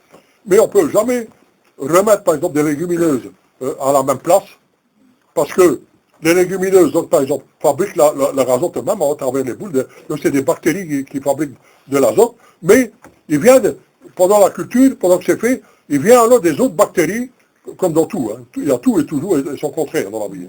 Il y a des autres bactéries qui viennent manger ces bactéries-là. Mais le temps de la culture, d'une culture, ça ne fait pas de dégâts, c'est le contraire. C'est les bactéries qui gagnent. Mais si vous venez remettre après à la même place des légumineuses, les bactéries qui mangent les bonnes sont sur place. Alors là, vous avez... Donc c'est pour ça qu'il faut ne pas revenir à la même place. Alors que les aliacées, par exemple, aiment bien de revenir... pas les aliacées, les solanacées. Pommes de terre. Les pommes de terre, les tomates, les aubergines, les poivrons, aiment bien de pousser sur leurs propres déchets. Là où on a laissé leurs propres déchets, parce qu'ils ont développé, pendant la culture, ils ont développé des champignons anti-mildiou. Donc ils sont là. Donc quand le mildiou vient, il y a toujours des champignons qui viennent, il y a tout et son contraire toujours. Et donc, quand vous remettez à la même place sur les mêmes déchets, les champignons anti-mildiou sont déjà sur place. Et vous avez une chance de plus de vous défendre contre le mildiou. Pas totalement, jusqu'à maintenant. Parce qu'il y a des mildious, ces dernières années, assez durs, vraiment. Mais... On laisse le temps de même plus. Pas le mildiou. Sur place, et on vient remettre l'année d'après à la même place. Parce que les champignons anti-mildiou sont sur place. Ah oui. Ouais. Donc tous les solanums, il y a des gens qui cultivent les pommes de terre pendant des dizaines d'années à la même place. Et donc c'est pas un problème de maladie, c'est un problème alors de fertilité de la terre. C'est-à-dire, c'est pour ça qu'à un moment donné, ce qu'il faut à tout prix arriver, c'est avoir une terre vivante fertile, très fertile. Donc là, il n'y a presque plus de problème. On peut tout mettre et tout peut revenir à la même place sans problème. Donc, alors c'est seulement une question de savoir dans quelle partie du jardin et où les choses y poussent mieux qu'ailleurs. Voilà. Alors quelquefois, vous avez trouvé une bonne terre, tout à coup les carottes, vous les mettez dans la terre, à tout coup, c'est formidable. Ah ben, il ne faut pas les changer. Vous les mettez, et pendant 4, 5 ans, peut-être, les carottes, à la même place, vont donner des résultats. Tout à coup, ça ne va plus aller. Ah ben, à ce moment-là, vous les changez de place. Parce qu'il y a quelque chose, peut-être que c'est compréhensible, peut-être que pas. Mais voilà, donc mais ce truc de toujours tourner, de faire, non. Au plus votre terre est riche et vivante, au moins vous avez ce genre de problème. Et de tourner et de faire pour les maladies et pour tout. Mais les associations, ça reste toujours valable. Hein. Ouais. Ah ouais. Et donc il y a des gens qui mettent à la même place des pommes. Donc à condition qu'on sait. Mais c'est facile, si on est une plantation d'aspect, ou bien des trucs. Il y a des plantations qui durent 30 ans, 40 ans à la même place. Ou les arbres fruitiers, ils sont à la même place. Ils sont bien obligés de faire ce qu'ils ont. Et les plantations d'aspect sont à la même place. Et donc ils poussent sur le plot de déchets. C'est impeccable, hein.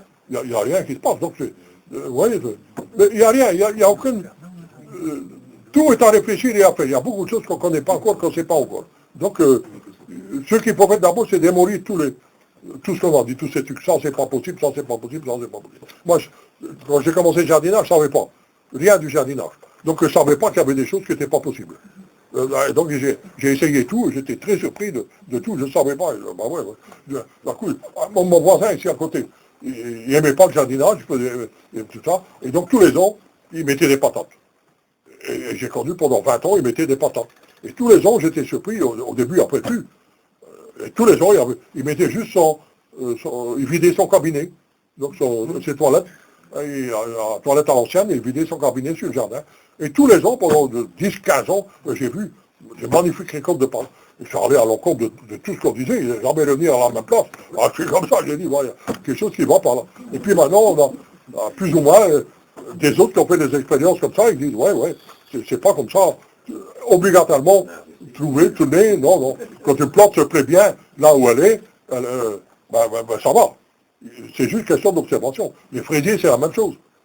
Plantation de fraisiers peut être là pendant... Quelquefois, après 2 ans, c'est fini. Pardon. Après 2 ans, c'est fini, mais il y a des plantations, 5-6 ans, et vous avez des belles fraises pendant 5-6 ans. Donc, il ne faut pas valider l'automatisme, il faut surveiller comment ça va. Quand vous voyez décliner, dégénérer, alors vous cherchez les autres trucs. Voilà. Je vais revenir au repiquage.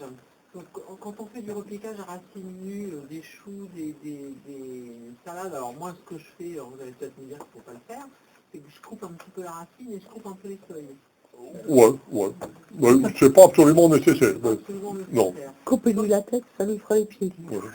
Mais ça peut. Si, au niveau de...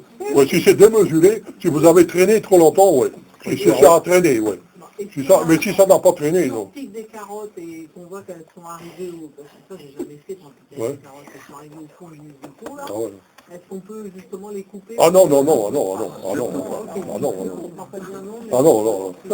Ouais, donc les légumes racines, non, pas couper la racine. Sauf les céleri raves.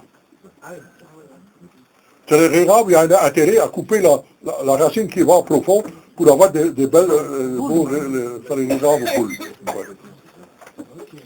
Ouais, il me reste encore un petit peu de temps, hein, ça va. Allez. On va essayer de... Donc tout ce qui est urgent de pousser cette année. Mais je dis, je vais donner les légumes qu'on peut pousser cette année, qu'on peut pousser maintenant, je dis ce mois-ci, mais il faudrait voir sur Internet, il faudrait voir, il y a beaucoup plus que ceux que je vais dire ici. Hein. Alors les pommes de terre, voilà. Donc on peut commencer, généralement, vers la fin du mois, les gens commencent à mettre, on dit la Saint-Joseph le 19 mars, mais c'est pas une date fétiche, ça voulait dire qu'à partir du 19 mars, les variétés très actives, on pouvait essayer, hein, parce que c'est pas sûr, parce qu'il faut encore geler, par ici, il faut encore geler jusqu'au 10 mai, hein, jusqu'au premier quinzaine de mai, hein, alors il faut protéger, alors il faut buter. Alors, un bon système, pour avoir des pommes de terre plus tôt, pour avoir des pommes de terre. C'est maintenant, déjà, à partir de maintenant, mettre les pommes de terre en godet. Donc vous les mettez à l'intérieur, donc c'est fun, en godet. Il ne faut même pas des grands godets, non, même des petits. Le fait qu'ils font déjà leurs racines et qu'ils partent en végétation, et alors vous pouvez aller repiquer, alors. Mais on pouvait faire aussi, si vous disposez par exemple d'un truc de 5 litres, vous pouvez faire toute la culture des créatives dans un pot de 5 litres.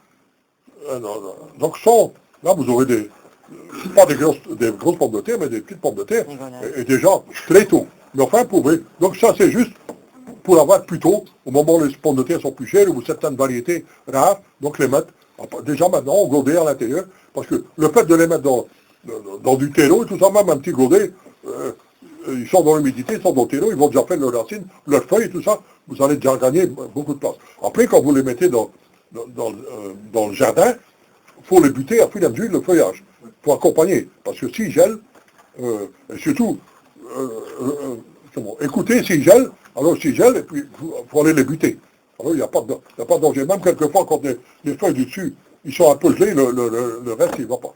J'ai jamais eu, le voisin, mon voisin avant, a eu jamais de si belles pommes de terre quand mes enfants ont été coupés toutes ces patates. Il y a une formule, ils ont tout fait, mes gars, tout.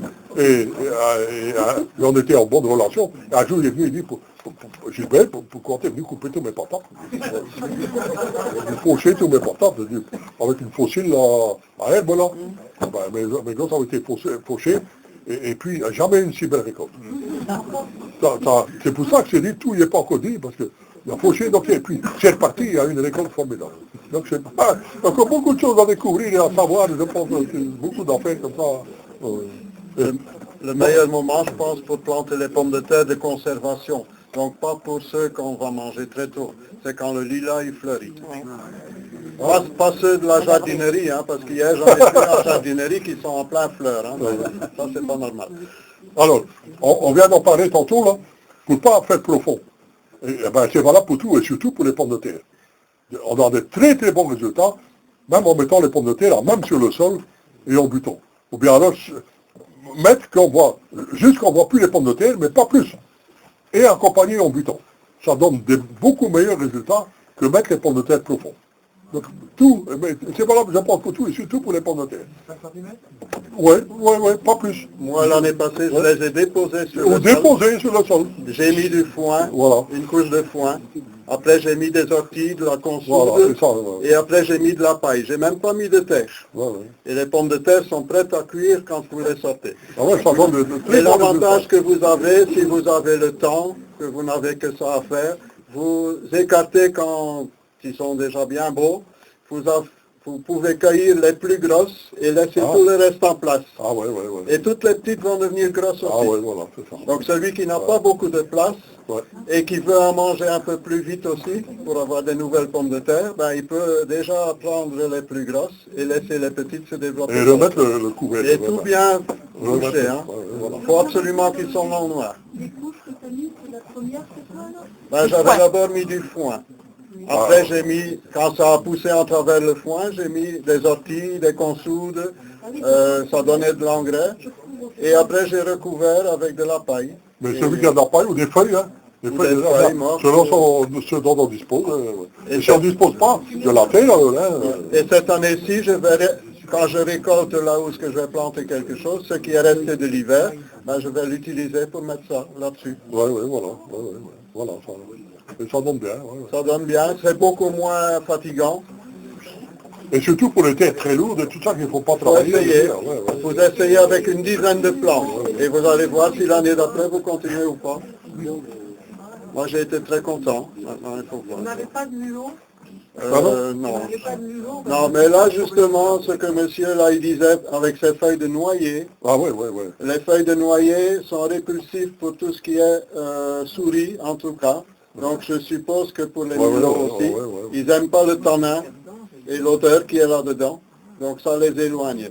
Donc si vous avez des feuilles de noyer, vous pouvez éventuellement les garder pour protéger, protéger alors vos pommes de terre ou au-dessus de votre topinambour ou ce qui est vite attaqué, vous pouvez essayer avec ça. Alors, remettez tous des pommes de terre, parce que ça c'est le meilleur légume au monde. C'est le plus équilibré de tous les... Et tout ça, on dénigre beaucoup les pommes de terre, mais c'est un légume formidable. Et très riche, contrairement à ce qu'on pense. Et les pommes de terre ne font pas grossir. Contrairement à ce qu'on croit, les pommes de terre vont grossir, c'est pas vrai du tout. Hein? Pardon? Ou on frite, et quand on bouffe l'huile de frite et la graisse de bœuf, ça c'est autre chose.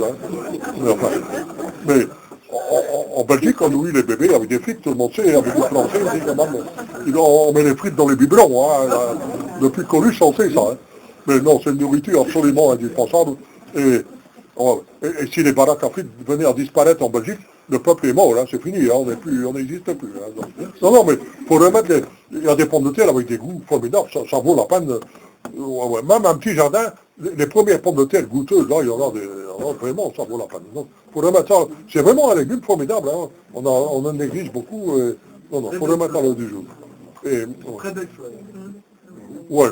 Ben, au début, on a cultivé pour ses fleurs, hein, parce qu'on disait que les pommes de terre étaient toxiques. Hein. Donc on a cultivé les pommes de terre pour les fleurs. Ouais. Mais c'est spécial, vous êtes français, c'est bon. Hein. Ouais, pas français. Les Français ont été les derniers en Europe à manger les pommes de terre. Parce qu'ils ont une tradition de luxe, ce qui est supérieur, c'est manger du gibier. Hein. Les chevreuils, les biches et tout ça, et donc les pommes de terre. Mais c'est vrai, les pommes de terre, c'est en Europe qui ont été les derniers. Tout le monde mangeait déjà, on avait déjà échappé à la famine. C'est la première fois qu'un coin du monde échappait totalement à la famine à cause des pommes de terre. Hein. C'est-à-dire, le monde et tout ça. Et donc, en France, il y avait une tradition là, aristocratique et tout ça, que c'était la viande supérieure, et que les pommes de terre, c'était du manger de cochon, mais que c'était toxique et tout ça. Ça fait longtemps ah ouais, hein. Et encore maintenant, on mange très peu de pommes de terre en France, comparé aux autres pays, aux Allemands, aux Hollandais, bien, alors que ça vaut la peine quand même. C'est des tas de recettes, des tas de trucs. Les pommes de terre aussi, il y a moyen aussi de donc, cultiver des pommes de terre hâtives et au mois de juin, quand on les retire, remettre des pommes de terre hâtives. Et on a une deuxième récolte au même endroit. En automne, fin d'automne. Mais il faut que c'est 2 fois des hâtives. Comment on obtient des plants hâtives au mois de juin, juillet? C'est tout bête, il faut les laisser à la lumière, dehors s'ils ne gèlent pas. Peut-être pas sous la pluie, mais les germes vont rester tout petits. Même sous la pluie, et même sous la pluie peut-être. Ouais. Et donc on s'est fait soi-même ces pommes de terre. Mais pas de ceux qu'on vient de récolter. Hein. Donc c'est les anciennes de l'année passée qu'on met la première fois et la deuxième fois aussi. Hein. Parce que les premières qu'on tire, quand on les replante tout de suite, elles ne vont certainement pas germer ou très tard. Ils entrent en dormance et puis... on va avancer sauf s'il y a des questions sur les patates. Question essentielle. Hein. Ouais. Entre 2 rangs de pommes de terre, vous laissez combien de terre vous avez dit? Minimum 60. Ouais. Mais justement, il ne faut pas faire 2 rangs de pommes de terre. Mais comment, si vous avez 3 kilos de pommes de terre à planter, alors comment faire? Ah ben il faut faire un rang et puis il faut mettre, je sais pas moi, 3-4 mètres plus loin de vous un rang et puis comme ça, tout. Vraiment séparé, pas mettre 2 rangs l'un à côté de l'autre. Ah ouais, c'est ça qui donne le meilleur résultat. Le plus de production, le moins de maladies. Les pommes de terre sont en l'air, sont faites, ah ouais, ça donne beaucoup. Ah ouais, pas de carré, justement. Mettre... au moins séparé par, je vais dire, minimum 2 mètres. De mettre des autres choses entre deux, tout plein de... voilà, c'est ça, séparer, faire... vous allez mettre tout, mais ça va pas être la même chose, ça va pas être en carré, mais vous allez... c'est ça. Sur les pommes de terre, c'est tout. Hein, ouais. Donc j'ai commencé maintenant. Alors, les céleris, on peut semer les céleris à couper et les céleris raves à l'intérieur et les céleris à côte à chaud. Donc les céleris à côte, c'est les plus... C'est sûr comme ça, le plus de chaleur. Ça doit être autour de 20 degrés. En tout cas, entre 15 et 20 degrés sûr. Donc, ce qui est céleri à côte. Hein, donc, et c'est les céleris qui gèlent, hein, le plus vite, donc on ne sait pas conserver. Mais les céleris à couper, on perd de rien. Et ça se ressème une fois qu'on a dans son jardin un coin où il se plaise, il se ressème. Donc c'est ça qu'il faut trouver, le coin où il se plaise, où il se ressème pour rien, ouais. Mais donc on perd de rien, céleris à couper. Et les céleris raves, il faut s'y planter première quinzaine de mars. Semer, puis après quand ça lève, que c'est bien que ça a quelques feuilles, les repiquer une fois, ça, et puis après pour aller dans le jardin. Et là, il résiste jusqu'au moins 5, même dans le jardin, hein, moins 5. Ben moi j'en ai encore dans le jardin. De moi, ça ne dépasse pas moins 5, dans le jardin, ça va. Et si ça a un peu de feuilles, ou bien voir dessus le jardin, ça on va en parler une autre fois, ça va. Bon. Alors, donc c'est les céleris. Vous allez voir dans le catalogue, il y a des céleris maintenant à côte verte, à côte blanche, dorée, à côte rouge, il y a tout un choix. Dans les céleris raves, c'est la même chose. Donc, moi j'ai essayé on a déjà en bec surtout, on a mis beaucoup de plants de céleri différents, de céleri raves. Il y en a qui coûtent 10 fois le prix l'un de l'autre. qu'on dit supérieur, chaque fois qu'on en fait un machin, ici, selon, j'ai pas vu beaucoup de différence. Donc, mais il faut essayer. Hein. Ça se peut que c'est souvent pour ça que dans les catalogues, ils disent c'est les riz rares améliorés, ou les légumes améliorés. Ce qui est surtout amélioré, c'est le prix auquel on vend.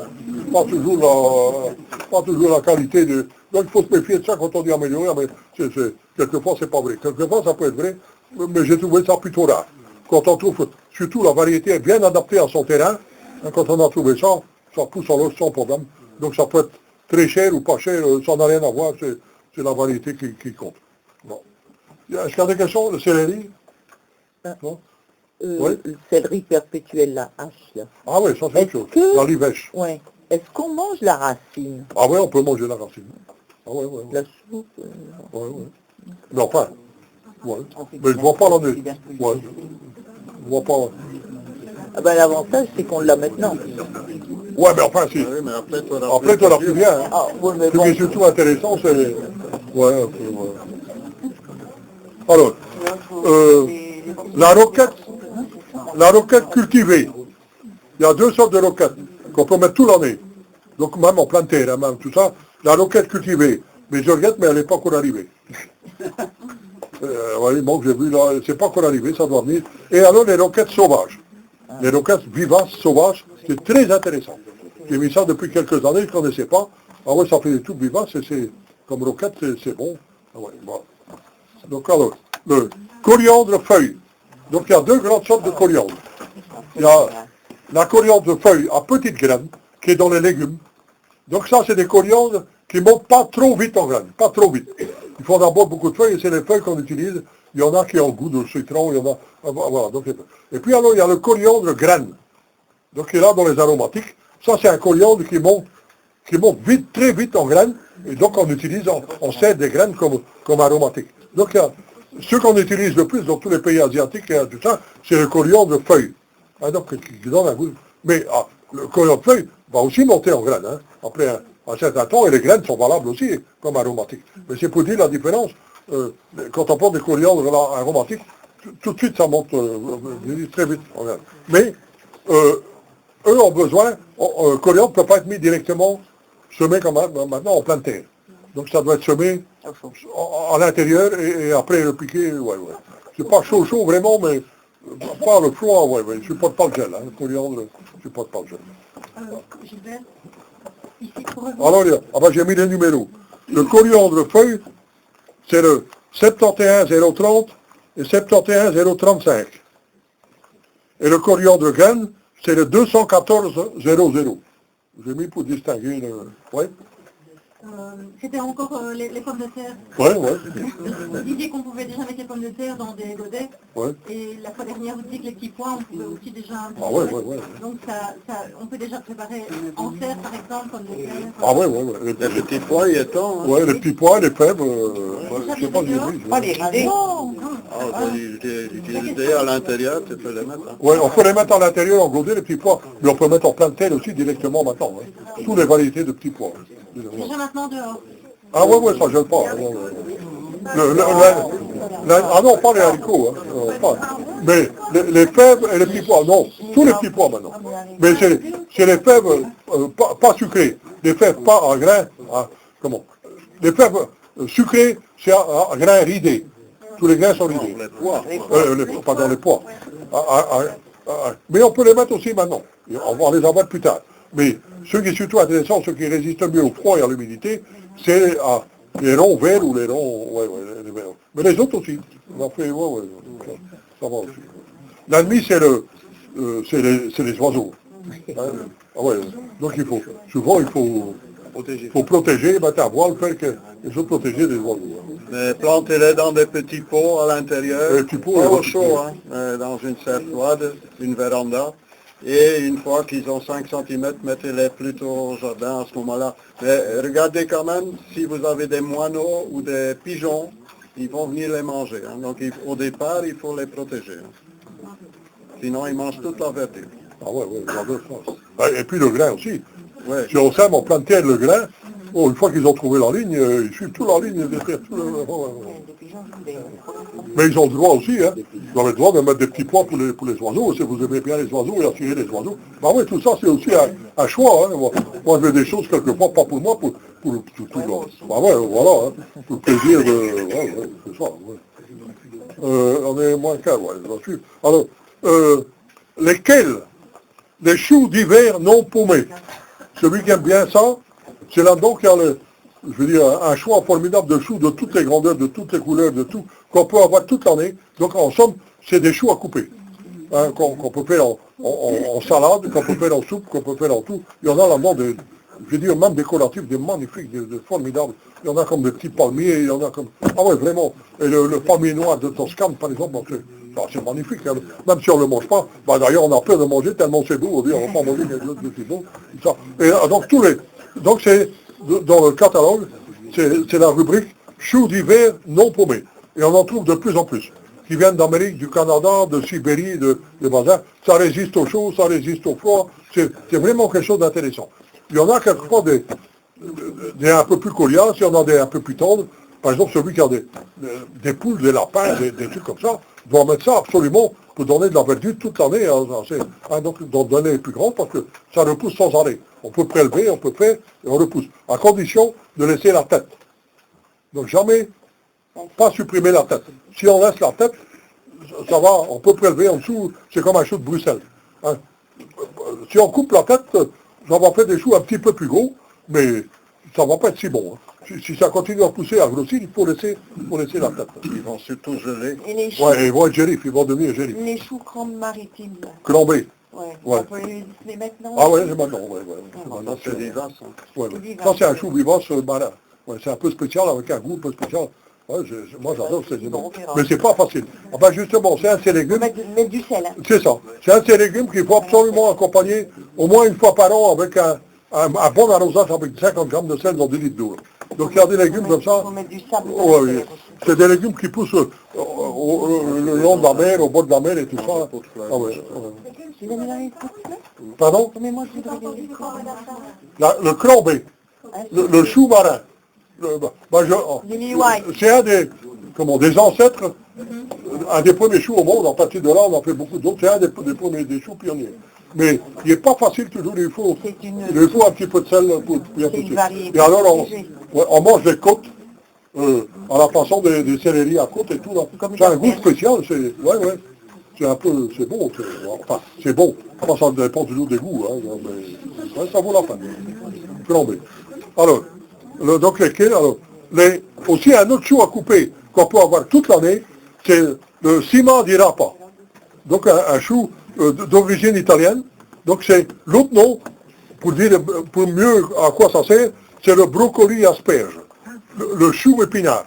Donc il y a différents noms, c'est pour dire comment. Parce que les premières fois que j'ai mis ça, donc j'ai mis ces choux à couper, et tout à coup ça montait, et puis directement une tige, et puis un bouquet de fleurs. Alors, je dis, pendant plusieurs années, j'ai essayé à plusieurs périodes, je croyais que le chou il montait en graines tout de suite, mais non, c'est comme ça que ça pousse. Donc c'est pour ça qu'on appelle cima di rapa, c'est un brocoli asperge, donc c'est un chou brocoli qui pousse comme une asperge, qui vient un bouquet de fleurs, et on mange le tout, la tige, avec les fleurs et tout, et c'est très très bon. Donc il y a... c'est le 52020, du 52020 au 52044. Donc ça vaut la peine de développer aussi parce que ça pousse facile n'importe où à une vitesse formidable et vous avez ça toute l'année. Aussi bien pour les salades que pour les soupes, que chacun fait, et il y a plusieurs goûts différents, plusieurs trucs différents. C'est pas la même chose que le brocoli âgé. Non, c'est plus petit. Brocoli, ça ressemble pas, mais brocoli âgé, ça peut venir des grandes plantes d'un mètre, 1,50 m. Ça ressemble pas mal. Alors, les plantains d'hiver. Voilà un légume qu'on vient de redécouvrir. Les plantains. Moi, je croyais d'abord, il y a longtemps, que c'était incomestible. Ben non, tous les plantains sont comestibles. Tous. Et tous les plantains ont plus ou moins un goût de champignon. Il y en a beaucoup, il y en a pas. Ah, moi, j'étais surpris, on a mangé ça il y a quelques années, là. Ma femme m'a préparé, vraiment, comme un goût de champignon. Alors que les plantains, une fois que vous en avez qui se plaît quelque part, ça pousse le long des allées, entre les dalles, à des endroits incroyables. On peut marcher dessus, on peut faire, et là. Ah donc, il y a différentes sortes de plantains, il faut voir, il y a des très décoratifs, mais tous les plantains, ce qu'il faut faire, c'est pas manger les feuilles trop vieilles. Quand les feuilles viennent trop vieilles, qui viennent coriaces, alors c'est plus agréable. Mais avant, les tiges, les jeunes feuilles et tout, de tous les plantains, pour essayer lesquels ils goûtent le mieux, ils ont tous un goût de champignon. C'est vraiment bon.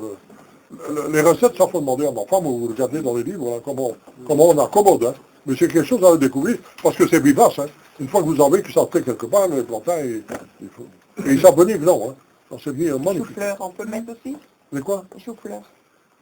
Ouais, mais ça, j'en ai parlé le mois passé. Hein. Ouais. Ah ouais. Ça, j'ai pas... Ah ouais, tous les choux actifs, mais ça, j'ai parlé le mois passé. Donc, il faut les voir là. Ça, je parle de ceux qu'on peut mettre au mois de mars. Donc, la fin de janvier-février, aller sur Internet, ça, on peut les voir. Ah ouais, on peut déjà mettre les poireaux, tous les choux actifs, les choux-fleurs et tout ça. Hein. C'est pas trop tard pour mettre les choux-fleurs. Ah non. Ah non, il y en a qui faut mettre même plus tard et tout. Non. Mais ça, je parlerai... Moi, j'ai pas mis le mois prochain des choux. Alors, les radis. Donc, tous les radis, il y a des radis pour mettre toute l'année. Hein. 3 fois compagnie. Mais maintenant, tous les radis actifs. Alors, les radis n'ont pas peur de rien, sauf de l'obscurité. Il faut choisir le coin du jardin qui est le plus de lumineux. Parce que sinon, il fait que des feuilles. Les feuilles des radis sont comestibles aussi. Hein. Alors, mais souvent, quand on met des radis, c'est quand même pour avoir la bouboule. Hein. La bouboule ou bien comme les carottes. Hein, il y en a un qui est formidable, c'est le milon, le flamboyant. Pour moi, c'est le meilleur de tous, mais c'est un demi-long. Donc, il est comme une petite carotte allongée. Il est formidable. Et donc, c'est un antif aussi. Alors, il y a les ronds, il y a tout. Donc, ce qu'il faut, sinon, il va faire tout des feuilles, c'est le mettre vraiment beaucoup de lumière. Il y a déjà beaucoup de lumière. Oui, il faut m'interrompre, s'il y a des questions. Si on met les radis l'année dernière, ils ont pu c'était plus stress, hein, c'était lié à quoi? C'est pas arrosé assez? Les quoi? Les radis. Ouais. Ils sont du Ah, c'est manque de lumière, et quoi encore? Trop de rue. Et humide, hein. Il doit toujours avoir de l'eau, un terrain humide. Hein. Et trop de rue, ouais. Un radis, c'est tous les 3, 4, 5 cm. Ouais. Ou trop de rue, alors. Hein. Ouais. Trop de rue. C'est souvent ce qui arrive, ouais. Il y a des choses qu'on met comme ça à la volée, comme ça, et quand c'est trop de rue, ça file, ça fait pas de boule. Là. C'est ça. Alors on peut mélanger aussi, souvent on mélange quelques graines de radis dans des laitues, dans des autres trucs. Hein. C'est surtout intéressant de mettre des graines de radis dans les graines de carottes, par exemple, dans les graines quand on sème, parce qu'on voit la ligne. Alors.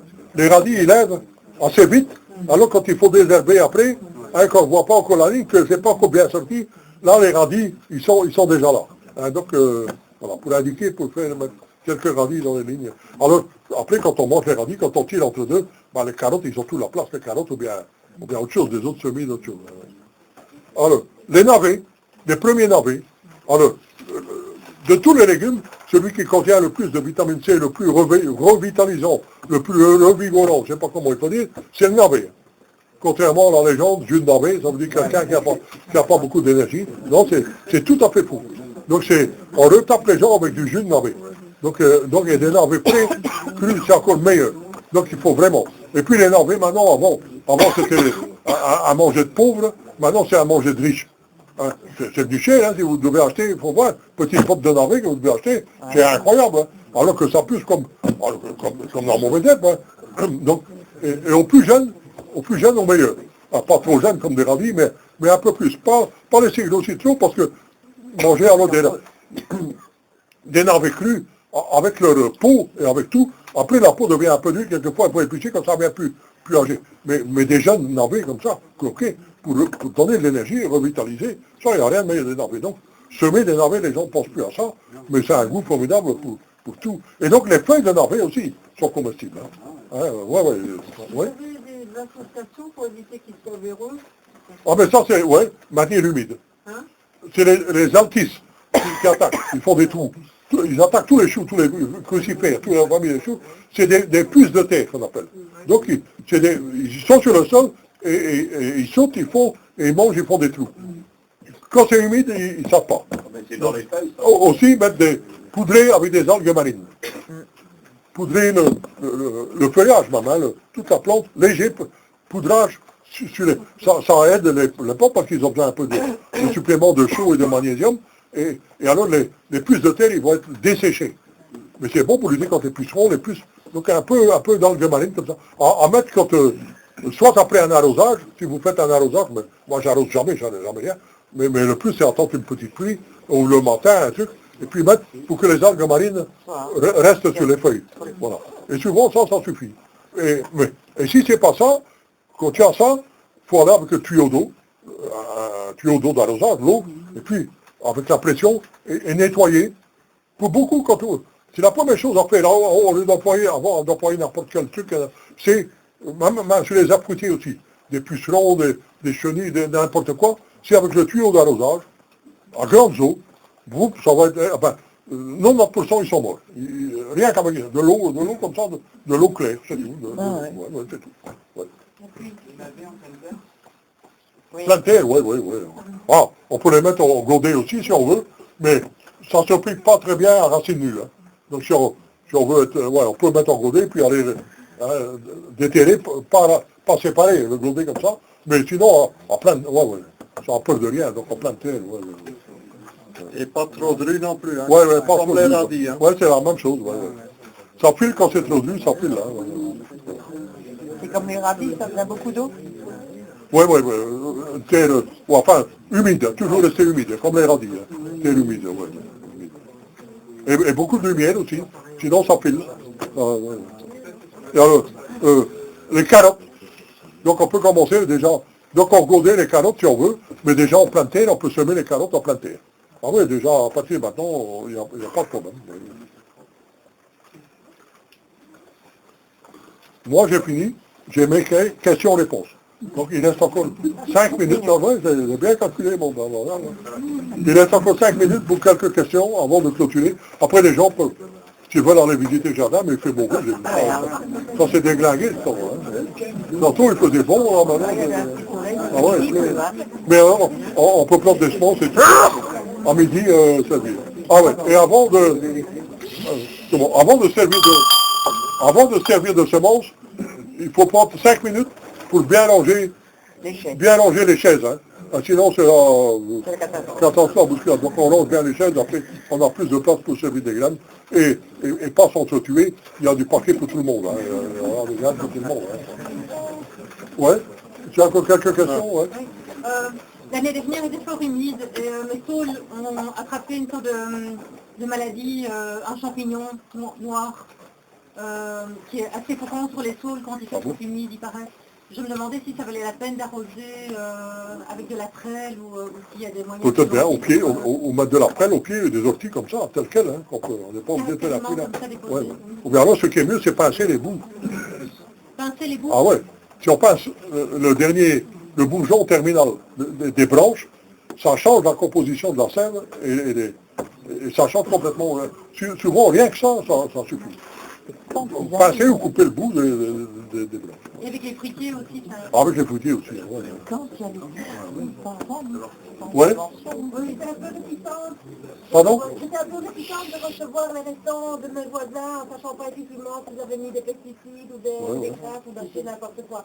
Et donc je peux tout accepter du moment que je dépose à... Du moment que vous n'enterrez rien. Voilà. Okay. Toute la décomposition, le bagage va se faire en surface. Et même si j'ai du milieu ou des... Ah oui, ça fait rien. En surface, ça va se recycler. Les bactéries, les vers de terre, tout. Les cloportes, ils vont recycler.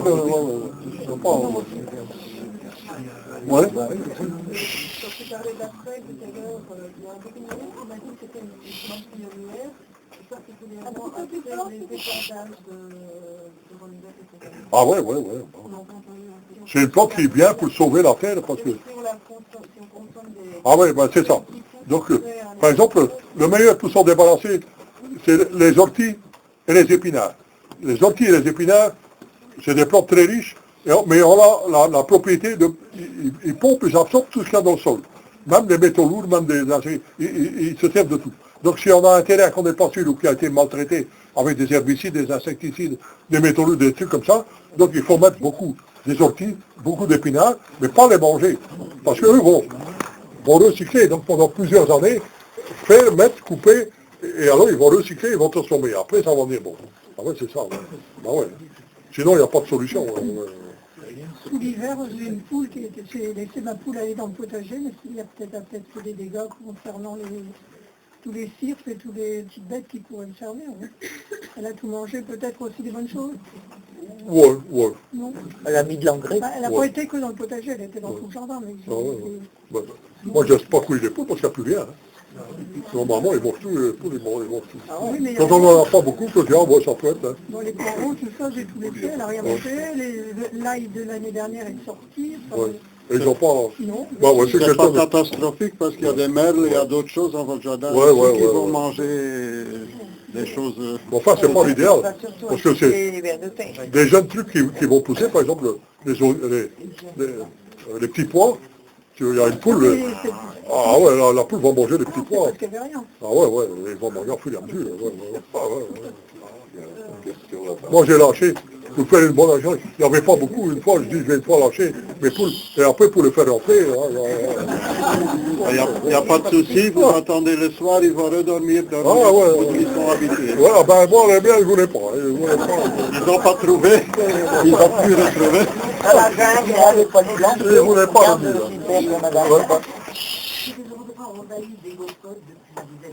Ouais. Ah, c'est un bienfait absolu. C'est un des meilleurs légumes au monde. C'est vraiment très bon. Mais il ne faut pas se laisser trop envahir, mais il n'y a pas moyen de s'en débarrasser, parce que justement, contrairement aux autres, les gopodes, lui, se plaît dans une terre qui est bien riche. Ah ouais. Ah ben alors, ce qu'il faut faire, c'est s'en servir comme engrais vert. C'est-à-dire, s'en servir comme légume d'abord, puis comme engrais vert, et puis au moment où vous le piquez ou vous semez autre chose, à ce moment-là, vous passez avec une lancette, et puis ça ne va pas empêcher les autres de pousser à côté. Mais pour s'en débarrasser, je ne sais pas comment il faut faire. Je n'ai pas souhaité venir à son prix l'ennemi, mais en même temps, c'est un légume formidable. Ah ouais. Bon et tout. Donc les gopodes, les gopodes, l'herbe goûteux, c'est formidable. En été, ici, c'est rempli. Mais celui qui n'en a pas, je ne recommande pas d'en mettre. Ou bien alors, il faut mettre dans un coin et mettre quelque chose autour qui ne sait pas... Mais sinon, ici, c'est un des légumes, ça va bientôt être, c'est un des premiers légumes qui va pousser, là. C'est vraiment très bon, et pour la santé, pour tout aussi. Comme pour la soupe, mais même comme légumes, les gopodes, c'est vraiment un bon légume. Ouais. Il y a beaucoup de solutions, mais... un bon chat. Il faut mettre des topinambours.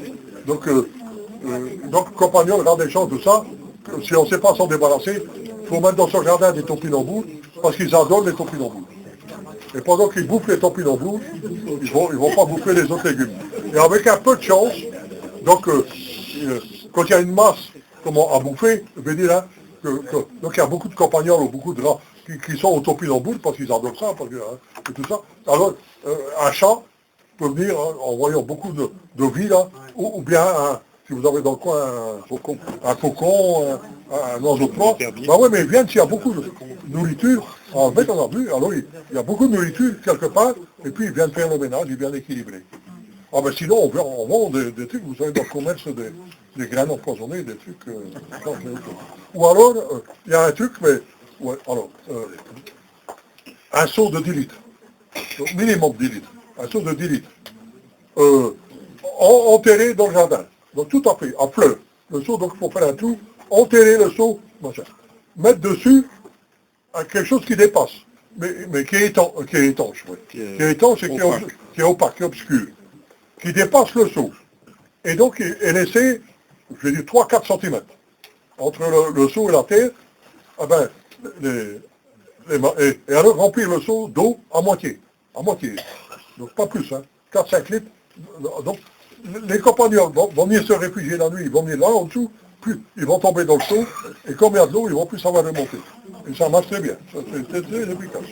Ouais. Mais il faut aller sortir les autres animaux avant qu'ils soient morts. C'est ça. Donc il faut surveiller tous les jours. Parce que les hérissons, par exemple, ils peuvent très bien... mais enfin, au sol, il faut surveiller. Le hérisson, lui, a peur de rien. Quand il va quand même 3-4 cm, ça ne lui fait pas peur de son museau. Il est costaud comme tout, il va faire, il va tomber dans le seau. Ouais, il faut le chercher, tirer dehors. Vous avez mais ça marche bien. Même un crapaud ou une grenouille, à la longue, va se noyer. Ouais. Pour les visiter. Ouais. Ah ben c'est tout, hein, c'est tout. Oh, le net, Allez. Merci Gilbert.